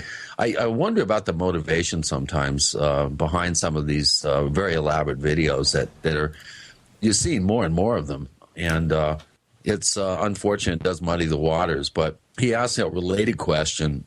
The availability of affordable, reasonable quality digital cameras on phones, etc., in countries where previously there were few, means that there are now potentially hundreds of millions of new witnesses with evidence of UFO activity. And I would add the word with potential evidence of UFO activity. An example is the former Soviet Union. Do you think, Don, UFO activity on the whole is increasing, or are we just more able to capture the evidence? I think there was an article that just came out last week saying that we've had quite a significant drop since 2012 in reported UFO sightings. What's your feelings? Do you see any trends here? No, actually, with a few exceptions, it seems like there have been fewer and fewer reports coming out. Now, back in the 90s, there were a number of groups. There were organizations, not the least of which was MUFON, the Mutual UFO Network. There was organizations like the Fund for UFO Research. There were some serious people that were trying to do some serious work. Unfortunately, because of current economic conditions, the fact that it's seemingly more and more amateurs are entering the fray with not a basic background or MO and how to conduct a correct investigation, or how to go about securing evidence, talking to people, interviewing people. I've seen the whole field basically de-evolve, and I think if you're being honest, I think you would agree with that. Sounds like Devo, the offbeat rock band of the 80s. Yeah, I would agree with that, boy. So, to get back to it, I'm not real positive about the direction that a lot of this stuff is heading, especially when you have organizations like MUFON that, for all intents and purposes, have been co-opted. Any data that flows in seemingly goes down a deep, dark hole, never to be seen again. The people that do have money, and I'm talking about primarily folks like Robert Bigelow, who seemingly collects this information as soon as it's fresh off the griddle, is not releasing any of it. It all goes in, doesn't come out. Now, in the case of MUFON, I think that was the dispute they had with him. Bigelow was financing MUFON investigations. But now MUFON still has a publication. They still have their annual events. The only criticism I see is that there's more of an effort to give them entertainment value at the expense of solid information. Yeah, and they bring on guests who maybe should have been vetted. Have we heard that before? And not only that, but you get the same old crowd going in there. When is the last time that they actually had an investigator, a speaker, somebody to come in and really shake them at the foundation? You don't have that. My God, I mean, you can say a lot of things, for example, about the 1989 MUFON symposium that was hosted by John Lear, of all people.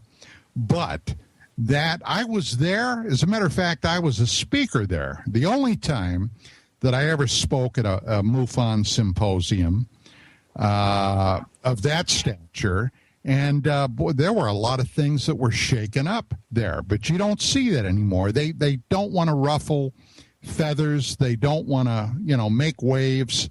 And so what are you stuck with? Pablum.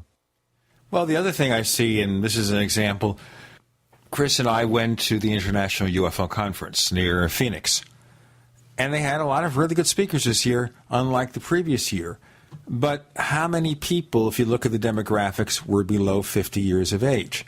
So we have the UFO events, but are they attracting the younger people that we need to move the investigation forward? We need the new ideas, and we old codgers just can't run it ourselves. Well, yeah, and the other thing is, why would somebody that's 25 or 35 want to shell out $100 or a couple of $100 or maybe even more to go to something like that when they can get virtually everything they want online?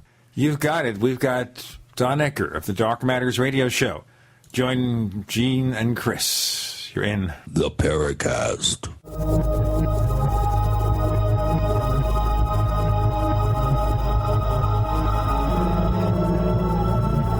Are you tired of searching for great talk radio? Something more important. Search no more. We are the GCN Radio Network. Whether it's personal mail, whether it's business email, you want reliable, dependable delivery, freedom from spam, freedom from viruses. Well, Polaris Mail offers professional email hosting services for your personal or small business use. Each account uses 25 gigabytes of storage, an easy-to-use webmail interface, and full mobile sync. Sign up today for a 30-day free trial at polarismail.com, polarismail.com. So here's what happened. I was placing an order online. The site went down. It just stopped responding. It took hours before it returned, but I'd already placed the order with another company. If your site goes down, you could lose business. And if you have a business or personal site, you want to know it's easy to run and it will stay online.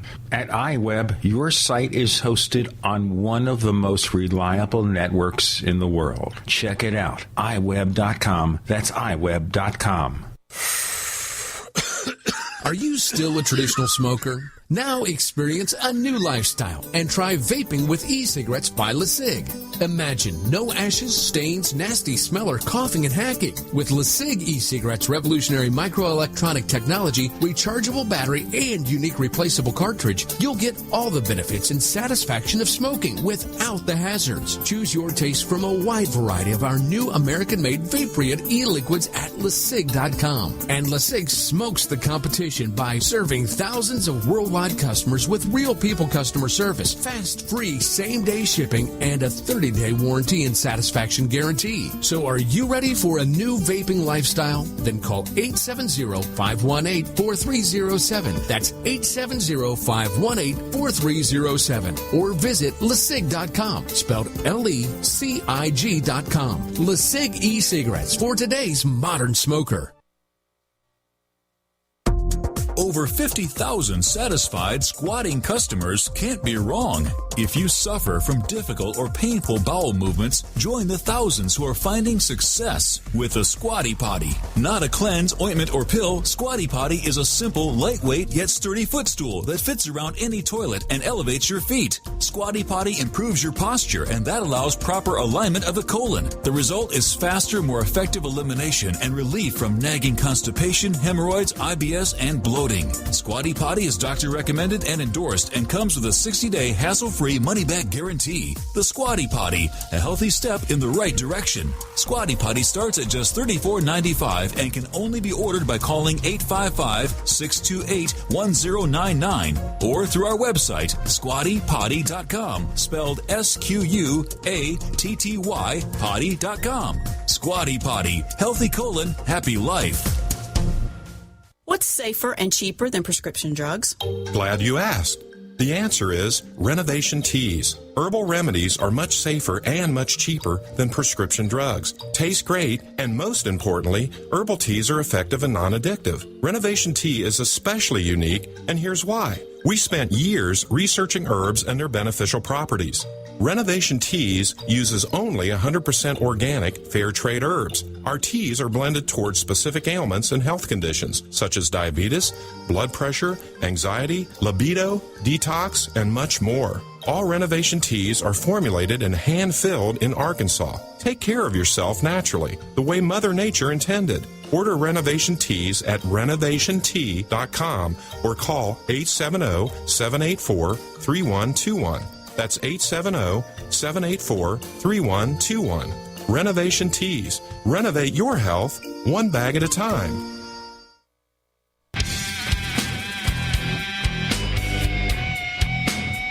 This is Kurt Sutherland, the author of UFO Mysteries, and you're listening to the Paracast. As usual, you listeners to the Paracast ask the great questions of our guests, and we've been putting the head to the grindstone here to try to get the best questions out for our guest, Don Ecker. Chris? Yeah, I've got a real good one here. This is from we're waiting for this one. Yeah, this is from William J. White. Your history with Bill Moore we've talked about, but he's interested in your history with another Bill Cooper. That is the stuff of legend. Do you see anyone in the current scene, Don, who has either taken Cooper's place or is potentially the next nutter in line for his mantle? Oh boy, where do we start the list? Well, there are people out there that I suppose could be put into the same church as Bill Cooper, but hey. Let's be real here. Cooper was in a class of his own, and even to this day, occasionally I will see people that still support Bill Cooper's information and Bill Cooper. They never knew the guy. Many of them never spoke to the guy. They've read his book, Behold a Pail of Horse Manure. Which is still a huge selling book, believe it or not. You can't put down a good hoax. Yeah. And, but the guy, and he's been dead since November of 2001, I believe. You just can't keep this guy buried. He's like a vampire. He keeps rising from the grave. But there are a number of people out there that can be almost as shrill, almost as disruptive as Bill Cooper. But, honestly, I don't see anyone with the stature of a Bill Cooper today that is close to galvanizing the great unwashed the way Cooper could. Well, I guess that's good. I think it's good. Yeah, maybe we're actually making progress. Slowly, painfully. As these old hoaxers die off, they're not replaced by newer hoaxers, except maybe kids who play with their cameras and maybe want to become video directors, filmmakers, so they make those fake UFO films. I think that's part of where we get those videos from. Yeah, or something along the line, if you remember a few years ago, the Blair Witch Project, which was, and I watched that, and I got to tell you, I thought it was crap. I was really glad I didn't pay to go see that, but sure, you've got people out there that would love to run the next great hoax by and catch, especially some of these UFO folks by the short hairs, but only time will tell. So we can't have any more Lost Creek UFO films.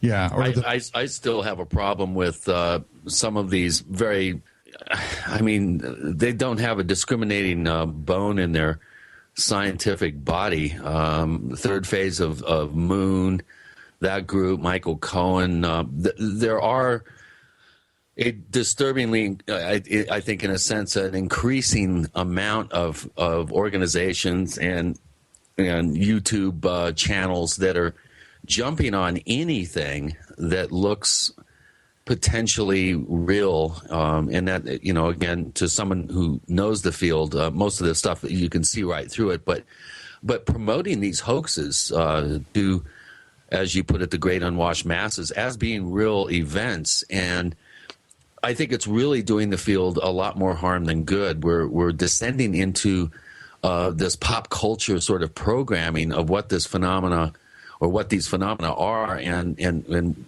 potentially what they're about, and creating so much muddy water to have to wade through. And it's you only have so many hours in a day, and who wants to waste their time looking at their Facebook posting or answering an email? Go, you got to see this clip, you got to see this footage, and the clock is ticking while you're going to the site, looking at this stuff and saying, "Oh, I can't believe somebody thinks this is real." So we might not have these galvanizing presences, but we do have these people that are, I think, for the sake of traffic numbers on their YouTube channel or for whatever motivation, are promoting, ridiculousness. And to me, that is really doing a lot of harm. And, a single person, I think, is an easy target. But when you have these groups, it's much more difficult to combat the negative effect that they're having, I think, in public perception. Well, back from about 1989 through just about the end of 1997, I did an incredible amount of appearances on various television programs, and I mean a lot. For a couple of years there, you could, catch an appearance that I made on various programs almost every week. And during that period of time, I still believed that we at UFO Magazine could influence the field if I could get some of these TV guys, and in a few cases then, some TV women, to listen to some ideas that I had. And it was, what the ideas were actually very simple. I said, look, why do you run UFO shows on your program? Well, one very simple reason: ratings, okay? You want to get as many viewers potentially to watch your program as you conceivably can. Now, I'm going to tell you how you can do that with a UFO subject. And I had my patter down to a fine tune there. I said, all you've got to do is, we can do a special on specifically military and NASA encounters on the UFO subject. And I beat that drum, and I beat that drum with everybody I could talk to. I took meetings at places like CAA and, other big talent agencies. I took meetings with all kinds of producers. I could not get one of those brain-dead morons to see what I was telling them was the absolute bottom line truth. Can you imagine if they would have put some of the energy into a special like that, like they later put into the Monica Lewinsky scandal, for example? The alien autopsy, that was one of my favorites. My God, the alien autopsy. My God, yes. And I couldn't get anyone to seriously consider that. And you know why why that was so? I think it scared the hell out of them. I think they were literally frightened at what forces they might be unleashing if they went with something like that. Because let's face it, most TV is pure crap. Pure crap. Well, Don, you were known back in that particular time period and later for your appearances on the Larry King Show. Gogs McKay has an interesting question here for you about Larry King. He says, I only just read that Larry King had a UFO sighting. You, having been on this show before, do you know any details of this sighting? I've never heard him bring it up when he covers the topic on the air, meaning King. And I don't actually know if the report of him having a sighting is a fact. Do you know of anything like that? I seem to kind of faintly recall that that kind of did spark his interest, but I've never heard any details about it. No, Larry King was, once again, we're talking pure pablum. The closest probably that Larry ever got to really, and I pissed him off to the point that it was the last time that I ever appeared on his show. I probably, and I'd have to sit down and count them, I think 5, maybe 6 appearances on King. And the last one I did was with Jim Oberg on the STS-48 thing. And I basically, and I didn't intentionally at the beginning of the program, I didn't mean to do it, but I dominated that show. And it upset Larry to the point that at the very end of the program, he said, well, I hope you've enjoyed this edition of Don Ecker Live. And that was the last time that I was ever on his program. It was ever. I remember that. Okay, so he was giving you a message. Yeah. Unfortunately. We have Don Ecker joining us. This is not his last appearance. Not by a long shot. With Gene and Chris, you're in the Paracast.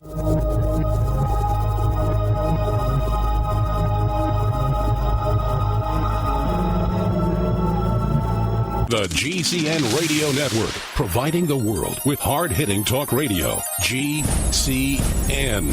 Great talk radio starts here. Hi, this is Ted Anderson. If you'd like to listen to GCN programs on the go, I have great news. GCN has created a Droid and iPhone application, and it's free. Just as easy as going to GCNlive.com, click on the banner, and download. Before you know it, you'll be listening to your favorite hard-hitting GCN shows, live or on demand, right on your Droid or iPhone, 24/7 and on the go. So download the Droid and iPhone app free by clicking on the banner at GCNlive.com. Thanks again for listening to GCNlive.com. Again, that's GCNlive.com. We the people grow cotton, weave fabric, engrave ink, embed strips and fibers to protect from counterfeit and carting to a private bank, having it lent back at interest, forcing taxes to service debt. This capitalism, or was Jefferson correct when stating a central bank issuing the public currency is a greater menace to the liberties of the people than a standing army? Ted Anderson, I'm placing a free silver dollar in a book that explains our monetary system. Call for your copy, 800-686-2237. It's time to understand the system. Call 800-686-2237. That's 800-686-2237. Introducing a 30-day emergency food supply for only $99. At 30dayfoodsupply.com, you can purchase Oregon Trail Foods' 1-month supply of high-quality, nutritious, and healthy emergency meals for less than $100. These vegetarian meals are natural, high in carbs and protein, and are packed with oxygen absorbers in Mylar pouches. They take up to 70% less space than number 10 cans, have a 20-year shelf life, and huge portions, over twice the serving size of some competitors' meals. Oregon Trail Foods and 30dayfoodsupply.com keep prices low by buying direct from producers in Oregon and then pass the savings on to you. Purchase a 30-day, 90-serving emergency food supply for only $99 this month, and $10 ships your entire order to the lower 48. Call 541-673-6666 or visit 30dayfoodsupply.com, where they make preparedness affordable. 30dayfoodsupply.com. Got it? Get it. Go to 30dayfoodsupply.com.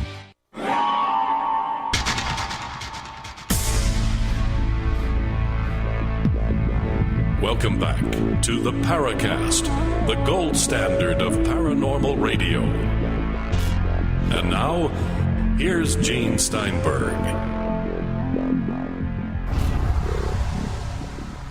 So Don Ecker, the curmudgeon, comes out again, and he says what he thinks, and sometimes people like Larry King won't get over it.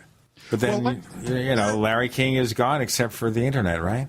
Yeah, Larry could never get his idea of the toughest question. He asked me, and he asked me this just about every time I was on his program.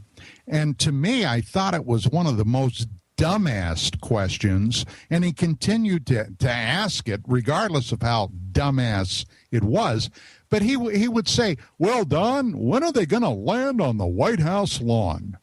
And, I what I actually wanted to tell him would not have made the network censors very happy. But, Larry, I guess whenever they want to, providing they want to. But no matter what you brought him or what you showed him, let's face it, it was pure entertainment. When he did a UFO show, he was assured that the faithful would tune in. And how often did they ever really do any cutting edge? Probably the most cutting edge that they ever did was that show about STS-48. And I honestly believed after that program was over that UFO Magazine would be snowballed by news organizations around the country and other places that would want to know more about that. And the sad fact of the matter was we never got one serious inquiry from any news organization about that incident. Wow, that's hard to believe. Yeah. Really? Yeah, that's true. Wow. Now, we did have a contact back in Washington who was a national defense reporter, a very well-known, very serious guy who had a closet interest in the UFO topic. And he had written for the magazine under a pseudonym several articles over those years. And about a week after my appearance on the Larry King Show, he called me up. When I answered the phone and I saw who it was, and, oh, yeah, how you doing? He said, I just was kind of curious after you were on King's Show. What kind of feedback have you gotten? And I said, well, from, the people that saw the show that subscribe to the magazine, it's been all positive. He said, well, for what it's worth, Don, he said, I want you to know that you thoroughly pissed off a bunch of people back at the Pentagon. And I said, why? He said, well, why do you think? They didn't want that getting out. I said, are you serious? He said, oh, yeah. And he said, keep your eyes open because that NASA channel that was that had beamed down that live sequence is being encrypted. And he was absolutely dead on the money.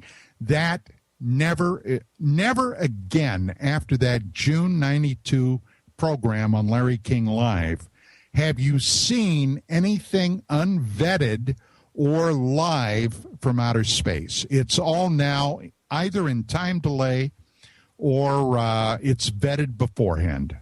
So, in a way, I'm responsible for censorship, I guess, from a live feed from outer space. Well, I'll go back through history. Our late friend Jim Moseley was possibly, along with Major Donald Kehoe, jointly responsible for limiting access to UFO information in the 1950s. And the story has it that Jim was doing this tour of the country to get information about a UFO book that never got published. I guess later on was mostly covered in shockingly close to the truth. And he went to see Project Blue Book, and they allowed him to sit in there and write down case files, case histories from the actual documents, investigative documents that they gave him. Obviously they didn't have classified information, but they had reports that he could write the information down. But it appeared that Donald Kehoe, Major Donald Kehoe, UFO research pioneer, was getting the stuff verbally by one of his contacts within the Air Force or Project Blue Book. And when he heard that Moseley had gotten to see the actual investigative documents, he raised a stink, and that was the end of that policy. So it gave you another reason to hate Jim Moseley. I didn't hate Jim. Jim, quite frankly, irritated me to no end upon occasion. But he was actually a very funny guy in many regards. And he was a ballsy guy. He didn't care who he upset, which in a way was, I admire that. You got to admire that. I mean, he was the trickster, court jester of the field, no question. Yeah, I was, and I put this up on the Paracast after Jim passed on, that I was sorry that I never had a chance to get him on DMR, when he was so ill there, because I wanted to tell him, Jim, I've rethought my position, and these days, if you caught on fire, I would piss on you. I'd piss on you to put it out. Yeah. Oh, that's still one of the all-time Paracast classic answers. Well, here's one. Now we're going to get a little serious here. This is from our buddy up in Calgary, Ufology. And I think this is it may be aimed at Gene and myself and the GCN network as well. But where should the media draw the line between caveat emptor, the concept, not Gene's publication, he puts, and responsible journalism? For example, I ran across one comment about you not caring where your advertising revenue came from because you had included a bunch of Billy Meyer advertising in UFO magazine when it was under your purview. Should the media be able to leave it up to consumers to discern the legitimacy of advertising for themselves? Or should there be a different standard for articles as opposed to advertising? And does journalistic responsibility end when we decide it's all just for entertainment? Okay, I would have to know when that alleged advertising on Meyer material ran, whether it was prior to Vicki and I having to take in business partners or before. Because after 97, we had absolutely no, and I mean no say over what advertising went into the magazine. Now, advertising, you know, this is something that a lot of these armchair quarterbacks don't realize because they never had to deal with it. We had to generate enough income when Vicki and I were doing the publication that we had to be able to pay the printers. We had to be able to pay the people that delivered the magazine. We had to pay our writers, and we had to live. And it was, believe me, it was a fine, fine line. This was not our hobby, okay? We didn't do this after we got done with our day job. This was our day job. And I can tell you, pal, there were some times when we weren't real sure where the next full meal was coming from. It was sometimes that thin. And we did run some advertising that at the time I personally had heartburn with. But once again, you've got to have enough money to get the publication out there. Now, the Meyer material, and I've never made any bones about the fact that I thought the Meyer material was crap from day one. And as a matter of fact, several years ago, one of his biggest proponents over here, a guy by the name of Michael Horn. Yes, we all remember Michael Horn. Was absolutely on me like a rash to get me to bring him on DMR, Dark Matters Radio. And you know what?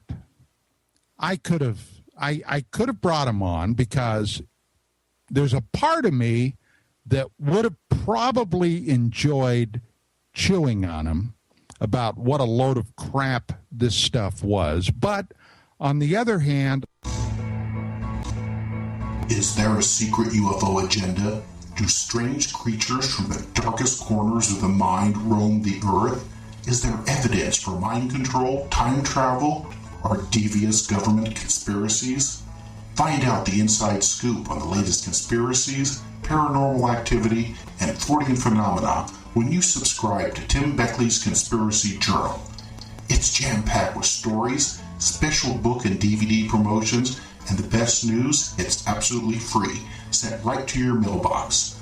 Plus, a bonus free email newsletter sent out every Friday. Simply send an email with your name and address to Mr. UFO at webtv.net. That's Mr. UFO at webtv.net.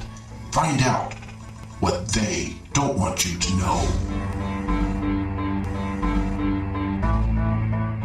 Gold. It's like nothing else on Earth. From the Romans through the Renaissance, from the Industrial Age to the Space Age, gold has weathered the test of time. For 6,000 years, gold has remained the ultimate store of wealth. According to the World Gold Council and the U.S. Mint, demand is at an all-time high. The stage is being set for the reemergence of gold as the common-sense alternative to a fiat paper currency that gets weaker every day. Midas Resources is proud to offer the hard-hitting report that arms you with the truth you need to protect you and your family from the Fed's plans for your hard-earned money. Don't gamble with your future. Call Midas Resources today and ask for your free copy of As Good as Gold. Call 1-800-686-2237 for the report the Fed hopes you'll never see. As Good as Gold can be yours by calling 800-686-2237. If you have ever thought about owning gold, you must read this report. Call Midas today at 800-686-2237. Are you still a traditional smoker? Now experience a new lifestyle and try vaping with e-cigarettes by LeSig. Imagine no ashes, stains, nasty smell, or coughing and hacking. With LeSig e-cigarettes' revolutionary microelectronic technology, rechargeable battery, and unique replaceable cartridge, you'll get all the benefits and satisfaction of smoking without the hazards. Choose your taste from a wide variety of our new American-made vape-free e-liquids at LeSig.com. And LeSig smokes the competition by serving thousands of worldwide customers with real people customer service, fast, free, same-day shipping, and a 30-day warranty and satisfaction guarantee. So are you ready for a new vaping lifestyle? Then call 870-518-4307. That's 870-518-4307. Or visit LeSig.com, spelled LECIG.com. LeSig e-cigarettes for today's modern smoker. Amino acids are the building blocks of proteins. Amino acids have to be delivered to your body in the shape that nature gave them if they are to be used to create new proteins in your body. Just like a bricklayer cannot use bent or twisted bricks to build a brick wall, so too your body cannot use bent or twisted amino acids to build new proteins. Giving your body an undamaged amino acid food can make a huge difference in your health. One World Whey is an undamaged amino acid food unlike any other. You see, heating bends and twists amino acids, and all whey protein powders we've investigated, and most proteins you consume are heated. With our True Cool process, you now have a choice with One World Whey.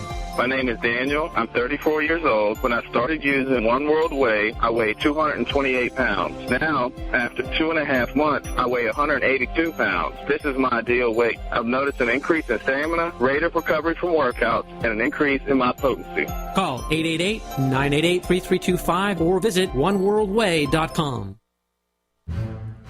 We'd like to hear from you. If you have a comment or question about the Paracast, send it to news@theparacast.com. That's news@theparacast.com. And don't forget to visit our famous Paracast community forums at forum.theparacast.com. On the Paracast with Gene and Chris, Don Ecker joining us. He's from Dark Matters Radio, and he's been busy as a bee answering your questions. And these are questions, of course, that are not vetted. Chris just reads them, and Don has to answer them. In fact, as we're doing the show, a couple of more questions have been posted. Okay. Chris? Well, how about articles, Don? I know you and Vicky from reading the magazine for a number of years prior to getting involved in the field, and then subsequently the first 5 or 6 years I was in the field. I personally cannot remember an article that I felt maybe shouldn't have been in the magazine. I felt you guys really had a high standard for article submissions. The quality of the writers was top-notch for the most part. I think it did go downhill quite a bit in the recent years with columns that perhaps were just taking up space. They really didn't have any real, I think, major relevance. Where do you think the line should be drawn for publications, for radio shows for that matter, in terms of what guests come on? You mentioned Michael Horn as an example. Is it okay, do you think, to give these people enough rope to hang themselves, or is the exposure in and of itself not appropriate? Well, that's a great question. It's something that, well, I've been broadcasting. I started doing radio back in 1991. Now, I always vetted the people that I brought on the show. For the most part, I did not bring people on the show that at the time I considered to be fraudulent or questionable. I always tried to maintain a high level with the people that I did bring on. Now, that's not to say that I was always successful.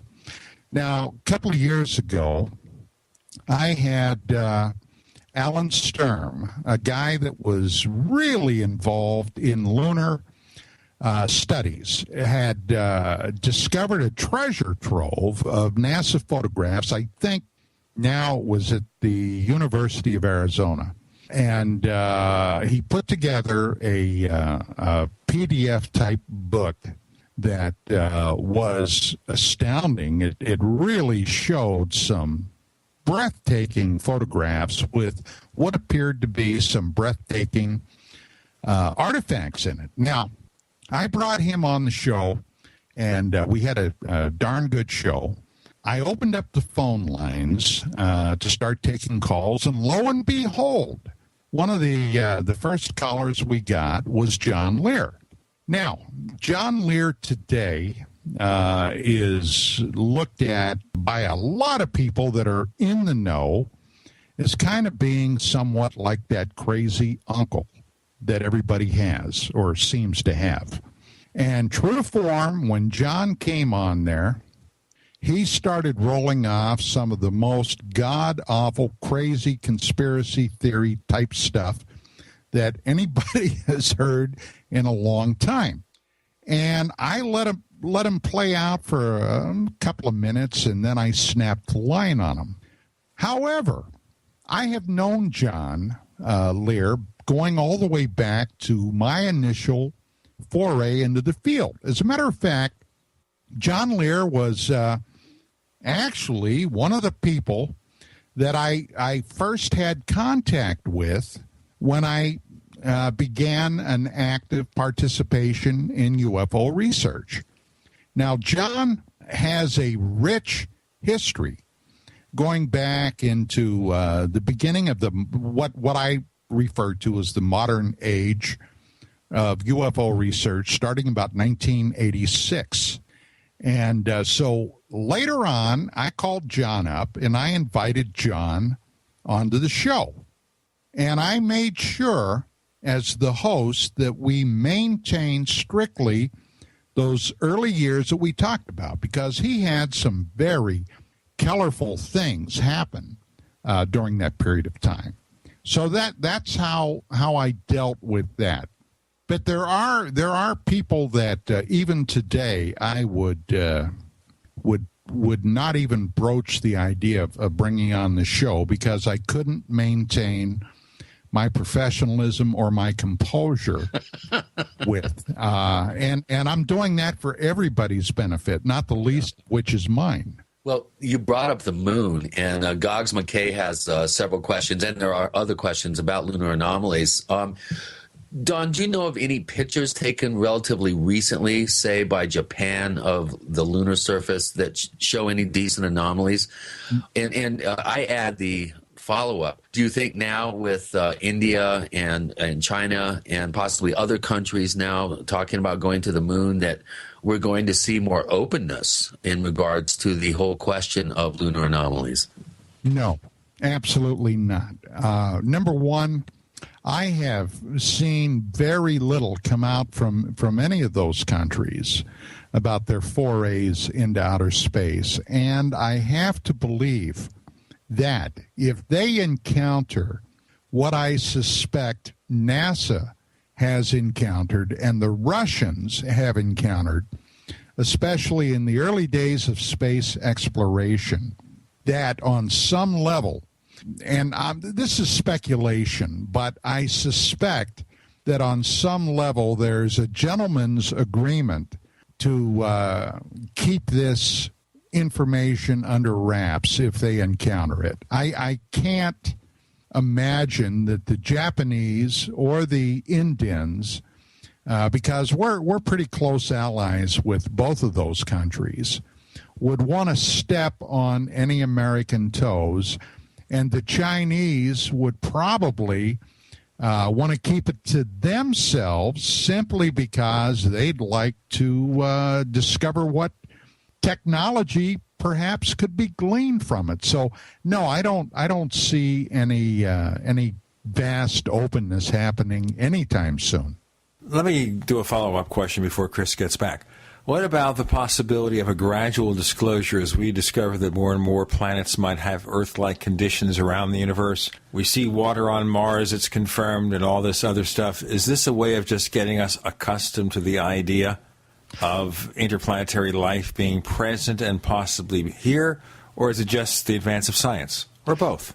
Well, I think it's not only the advance of science as our technology becomes more refined, but yeah, I think on one level, Gene, I think you hit it on the head. I think there is a very, very gradual idea of opening up the mainstream public to the idea that life is out there.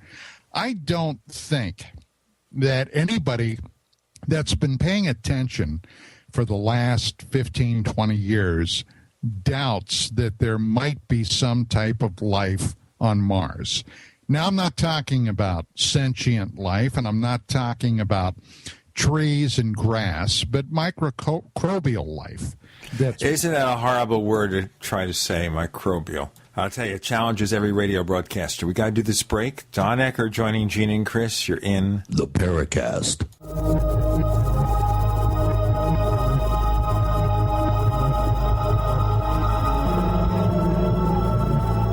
America's #1 source for independent talk radio for over a decade. We are the GCN Radio Network. Graphic Converter is the image manipulation tool for the rest of us. It does not use any database. You get full control of all your files. Want to view the images of a folder? Drag it into Graphic Converter, and a powerful browser opens up to show your image files. You could use it for slideshows. You could use it to import images from digital cameras or from scanners. Need to do some image editing? You can do that too in Graphic Converter. Also print catalogs. Convert from so many formats I can't even list them. Download now to see if Graphic Converter is good for you, like 1.5 million other users. Guess what? You could save money when you buy Graphic Converter. Use the coupon code Night Owl. Use the coupon code Night Owl to get a special price for Graphic Converter. Go to lemkesoft.com. That's LEMKEsoft.com. Lemkesoft.com. LEMKEsoft.com.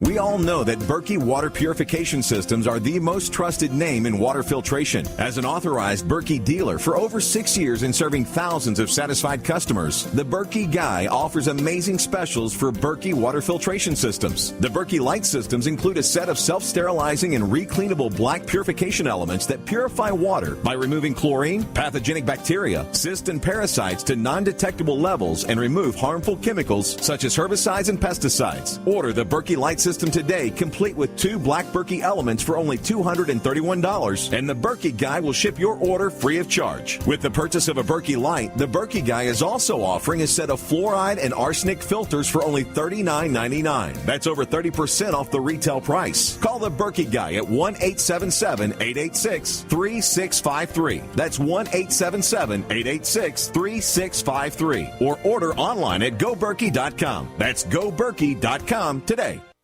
We've lived in this neighborhood for years.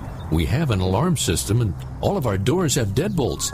They kicked in our door and were in and out of our house in about 5 minutes. The police arrived in about 20 minutes, but they were long gone with our TV, jewelry, and my guns. I kept thinking, what if my family had been home? The police officer said that more than 85% of break-ins are through a door, and that deadbolts alone don't stop intruders.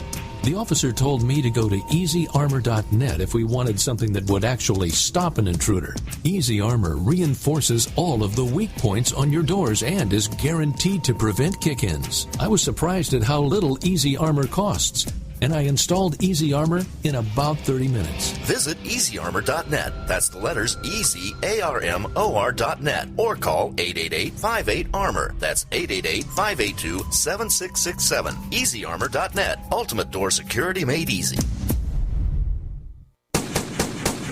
Ceramic body armor is rated to stop 6 hits. But what about the 7th? Unlike ceramic or Kevlar, Infidel body armor is proven to take hit after hit, and it just won't quit. Reasonably priced and designed for the smart civilian prepper, Infidel stops hundreds of hits from small arms to high-powered rifles. That means safety and peace of mind. Buy yours at InfidelBodyArmor.com. Spelled INFIDEL BodyArmor.com. Infidel Body Armor just won't quit. We the people grow cotton, weave fabric, engrave ink, embed strips and fibers to protect from counterfeit, then carting to a private bank, having it lent back at interest, forcing taxes to service debt. This capitalism, or was Jefferson correct when stating a central bank issuing the public currency is a greater menace to the liberties of the people than a standing army? Hi, Ted Anderson. I'm placing a free silver dollar in a book that explains our monetary system. Call for your copy, 800-686-2237. It's time to understand the system. Call 800-686-2237. That's 800-686-2237.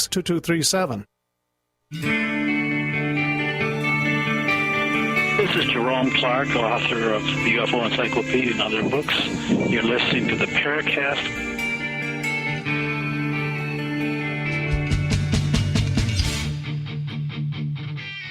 Don Ecker joining Gene and Chris in the Paracast, answering your questions from the question bank at forum.theparacast.com. And what he was remarking about before we had to take our break is the fact that if there's any life on Mars today, it'd be a microbial kind of life.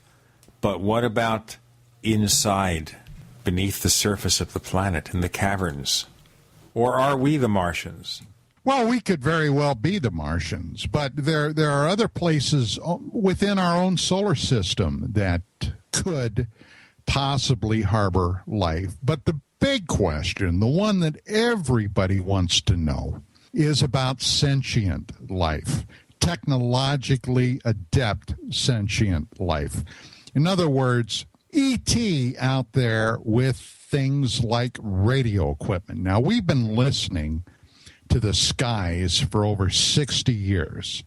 Now, yeah, something that a lot of people may not be aware of, there have been a couple of times when very anomalous, strange signals have been discovered, but they have never been repeated.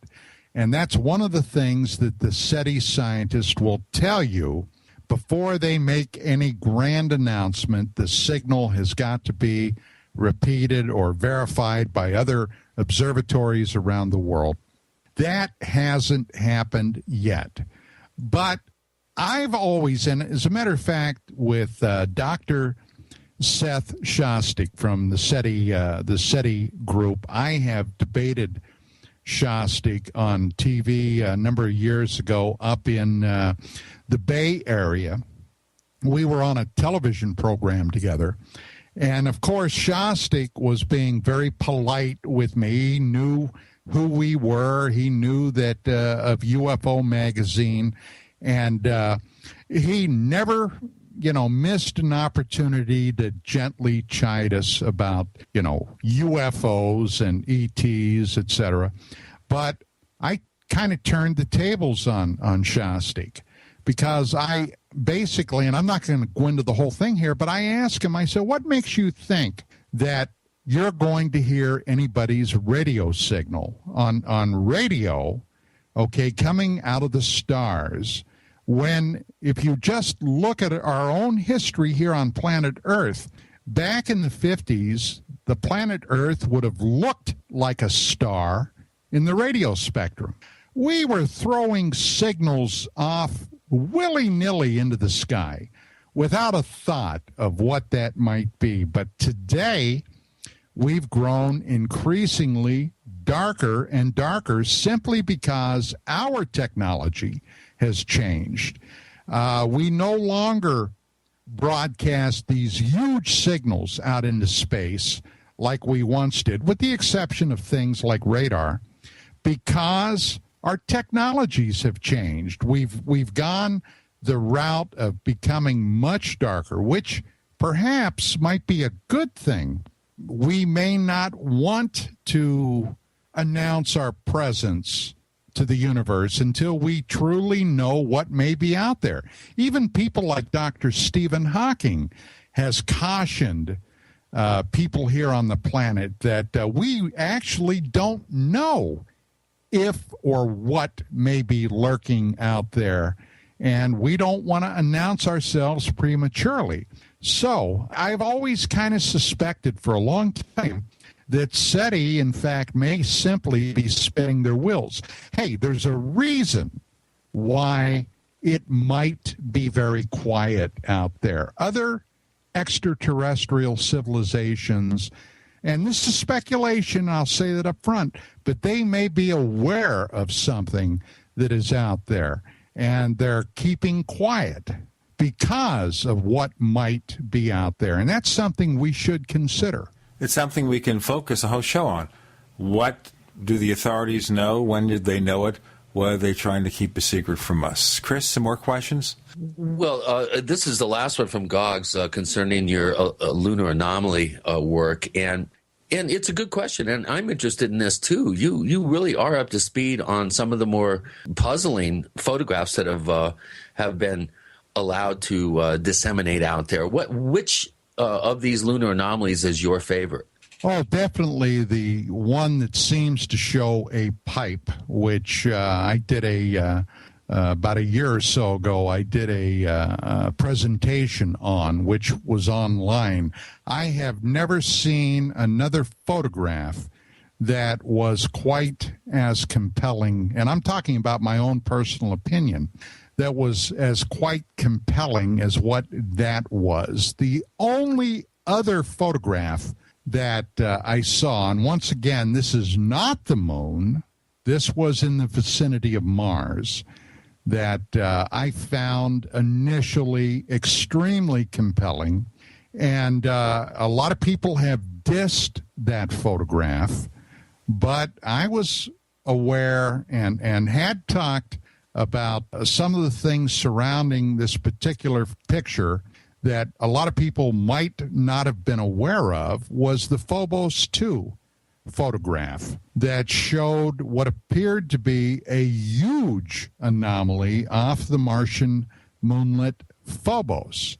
So those two photographs, if somebody were to come to me and ask me what pictures I found most compelling in regards to this topic, it would have to be those two. Well, you brought up Phobos, and that's a very interesting mystery in and of itself. What are your feelings about the potential artificiality of Phobos and how that the moons of Mars are highly unusual and seem out of place? Number one, they're in a retrograde orbit. They were never discovered until about 1875 or 76, even though there was technology that would have enabled astronomers to discover them beforehand. Even back in the 18th century, telescopes were fine enough that they could have detected those two moonlets, but they weren't. They weren't discovered until much later.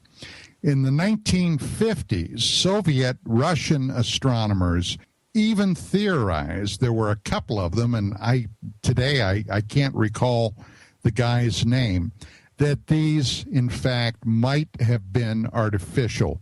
They're in a retrograde orbit, which is unusual. Once we got there, finally, with the Phobos probes, and even before that, when we were sending probes up to Mars, the concept of perhaps using one of these moons as a launch pad to get to Mars was being proposed among Soviet, Russian, their space people at Glabcosmos, and NASA. There were discussions going on behind the scenes, and I'm talking now about back in the 1980s, that suggested that perhaps, and of course it's not going to happen now because we're almost there, but perhaps by 2014, 2015, the Soviet Union and American NASA astronauts would make a joint mission to Mars,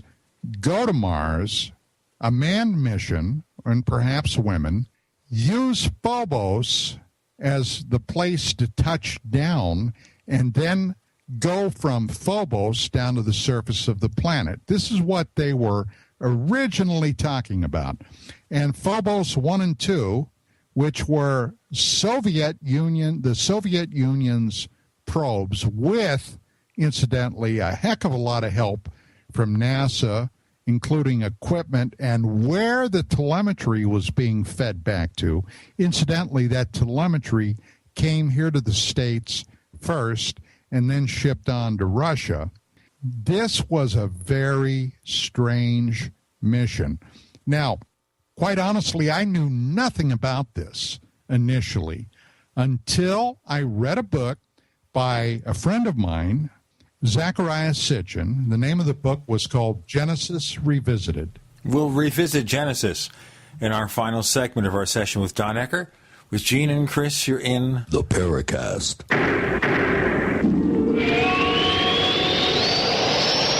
Are you tired of searching for great talk radio? Something more important. Search no more.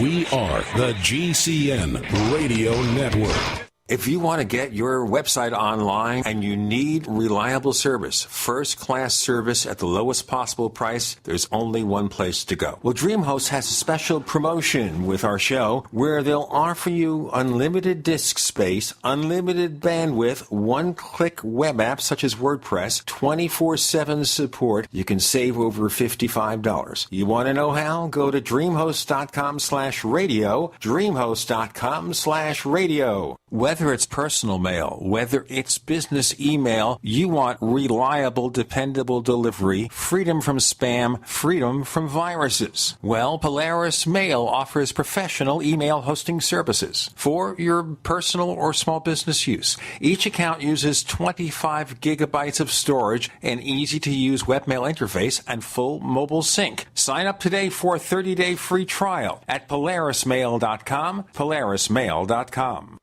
You've heard about our MRE Smorgasbord. Now, Long Life Food Depot introduces the most unique, safe, and longest-lasting way to stash emergency food, the Eat Pod. Most survival food products recommend an ideal storage environment, including low temps, low moisture, and low oxygen. If you're storing in a basement, too humid, garages and attics, too hot. But the waterproof, double-walled, high-density polyethylene patent-pending Eat Pod is a unique rollaway food bunker that creates the perfect conditions, can be buried up to 30 feet, and can keep your survival food supply safe, secure, dry, and virtually undetectable for 25 years or more. Get full details on the Eat Pod at eatpod.com, spelled EATPOD.com, or call 800-601-2833. That's 800-601-2833. The Eat Pod from Long Life Food Depot. Since 1983, sending real food to your real future.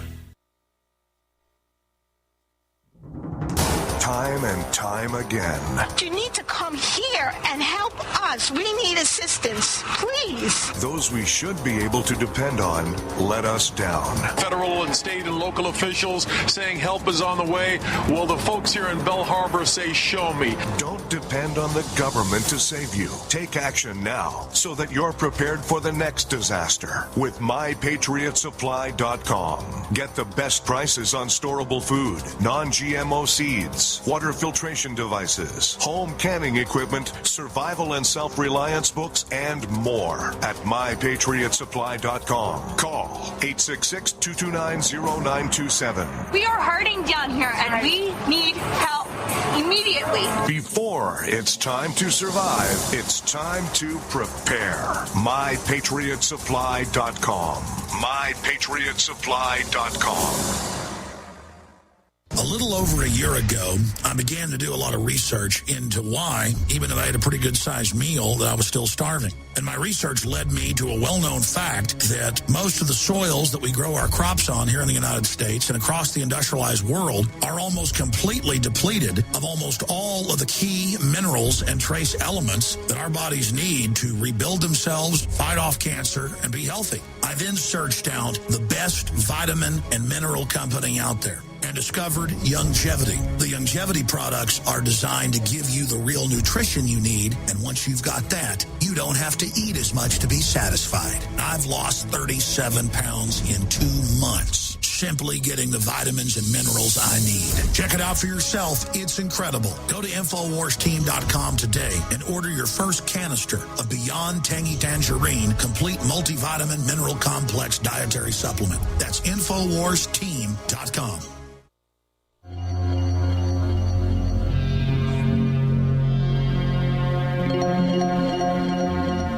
Hi, my name is Richard Dolan. You're listening to the Paracast.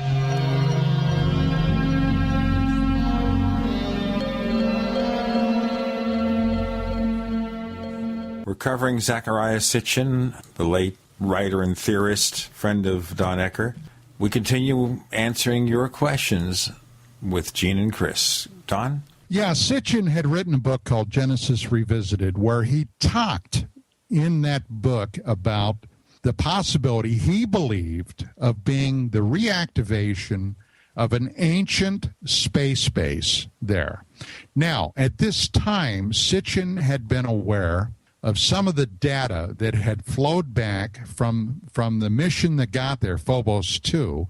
The first probe had disappeared about a month or so after launch, and the Russians blamed that disappearance of Phobos 1 on a combination of human and computer error.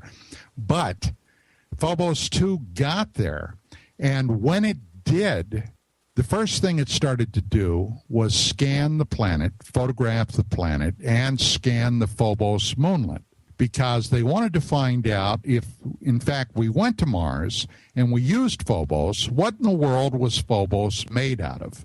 Now, on the planet itself, the Russians, Glabkosmos, discovered a number of areas that were highly hot, all right? Some hot areas that could not be explained. In other words, something down there seemed to be generating heat. Now, it's almost a given that most space scientists regard Mars as geologically inactive. So what might be causing those hot spots that the probe picked up? The other thing was it had taken a photograph of Mars from orbit, which had a huge, and I'm talking about a big one, I saw the picture of an ellipsoid shadow being reflected off of the atmosphere.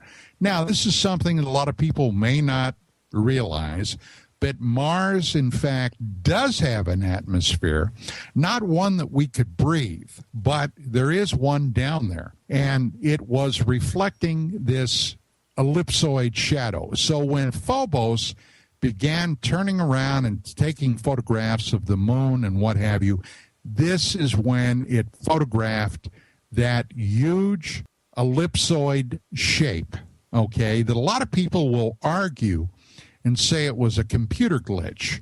I personally think that it actually photographed something real. And the reason was, according to the Russians at the time, and I'm talking about a Glabkosmos spokesman, this thing that they said that should not have been there turned toward the Phobos probe and struck it. In other words, at the time, they said their probe was rammed. It turned it into a spinner, their words, not mine, and they lost it. So, and a number of other things too, but I've always suspected there was a heck of a lot more to the story than that. Now, one more thing. When we're talking about this, back around, God, it was 89 or 90, I ended up writing an article about this for Omni Magazine. George Bush Sr., who was then the president of the United States, and Mikhail Gorbachev had a very famous meeting that took place in Malta. Bush ended up taking a heck of a lot of heat because there was a tremendous storm going on over there. And some of you may remember the news stories that came out that Bush went over in a small craft to Gorbachev's boat that he was on in the middle of this storm. And a lot of people were really upset because they felt that Bush put himself in danger. Later on, Colonel Marina Popovich, who was a famous, very famous Soviet Russian aviator, and she had been married to General Pavel Popovich, the first Russian cosmonaut that rendezvoused with another craft in orbit, the first guy that ever did that back in 1962.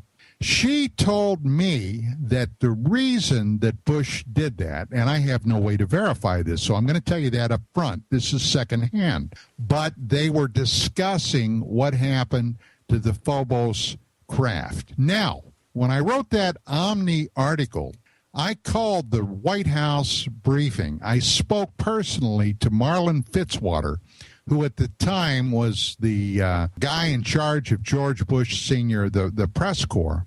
And I asked him that, and of course he laughed at the question. But the fact remains, this is what Popovich told me. My goodness, that's news to me. That's pretty amazing. Well, what do you think of some of the photographs that people like Richard Hoagland have touted and others that show what appears to be artificiality with the actual moon Phobos? Do you think that there is some possibility that is already being utilized as some sort of staging area in light of this the loss of the Phobos probe and the anomaly that was observed there, which may or may not be a computer glitch? It sure doesn't sound like one to me. What do you think about that possibility? I've heard theories touted that the moon is actually hollow, and that the end curiously kind of looks like a parabolic dish, for instance. What do you think? Well, the fact of the matter is, anything I would say would be the purest speculation, because, quite frankly, I doubt that I'll ever get there. But if, in fact, NASA or the Russians or anybody else does, in fact, discover any anomalies there, the big question is, what, if anything, would they let out to the public? It's unfortunately, and I'm cynical about this, it's highly unlikely in my mind that they would tell us anything. They're basically using the mushroom syndrome on the public, Chris, and what that means is they keep them in the dark. And they feed us copious amounts of bovine manure. Well, here's a good question, I think, from Nameless, which just came in here as we were actually taping the episode. Don, how has your opinion changed over the years in regards to a hypothesis with the UFO phenomenon? Like most of us, did you start off as a nuts and bolts guy, and where did you end up now? And again, in this regard, what advice would you give to a new investigator who may be entering the field right now? Well, yeah, I did start off strictly as a nuts and bolts guy, and I maintained that position for a very long time. But over the years, my thinking on a lot of things has changed somewhat. I like to think it evolved. I believe that there's room in this field for a lot of explanations on what some of these various cases and incidents, in fact, might represent.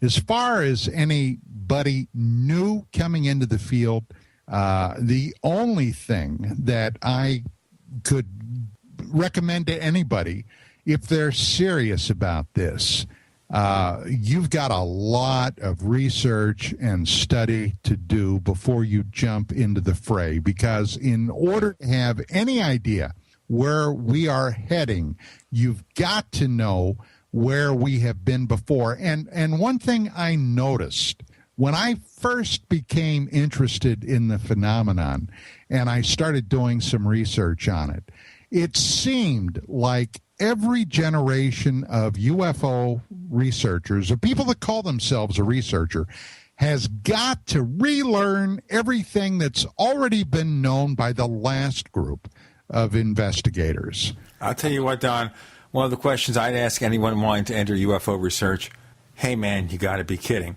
Don Ecker, tell our listeners where they can find more of your stuff. Dark Matters Radio is my show. It runs Monday through Friday on the cyberstationusa.com network. In order to get up there, it starts at 10 p.m. Pacific time until midnight. Simply go to www.dq, like Quebec, dqrm.com. You can find us at theparacast.com. We're on the GCN radio network every Sunday morning, real early, but of course we make the podcast available freely after the show is broadcast. We're also known as the Paracast on Facebook. We have 2 areas there. We hope to merge them in one. Chris has his own site, OurStrangePlanet.com, because this is our strange planet, Our Strange Planet.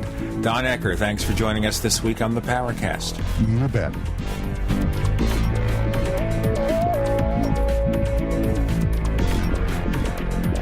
The Paracast, featuring Gene Steinberg and Christopher O'Brien, is a copyrighted presentation of Making the Impossible, Incorporated. Tune in next week for a new adventure in The Paracast.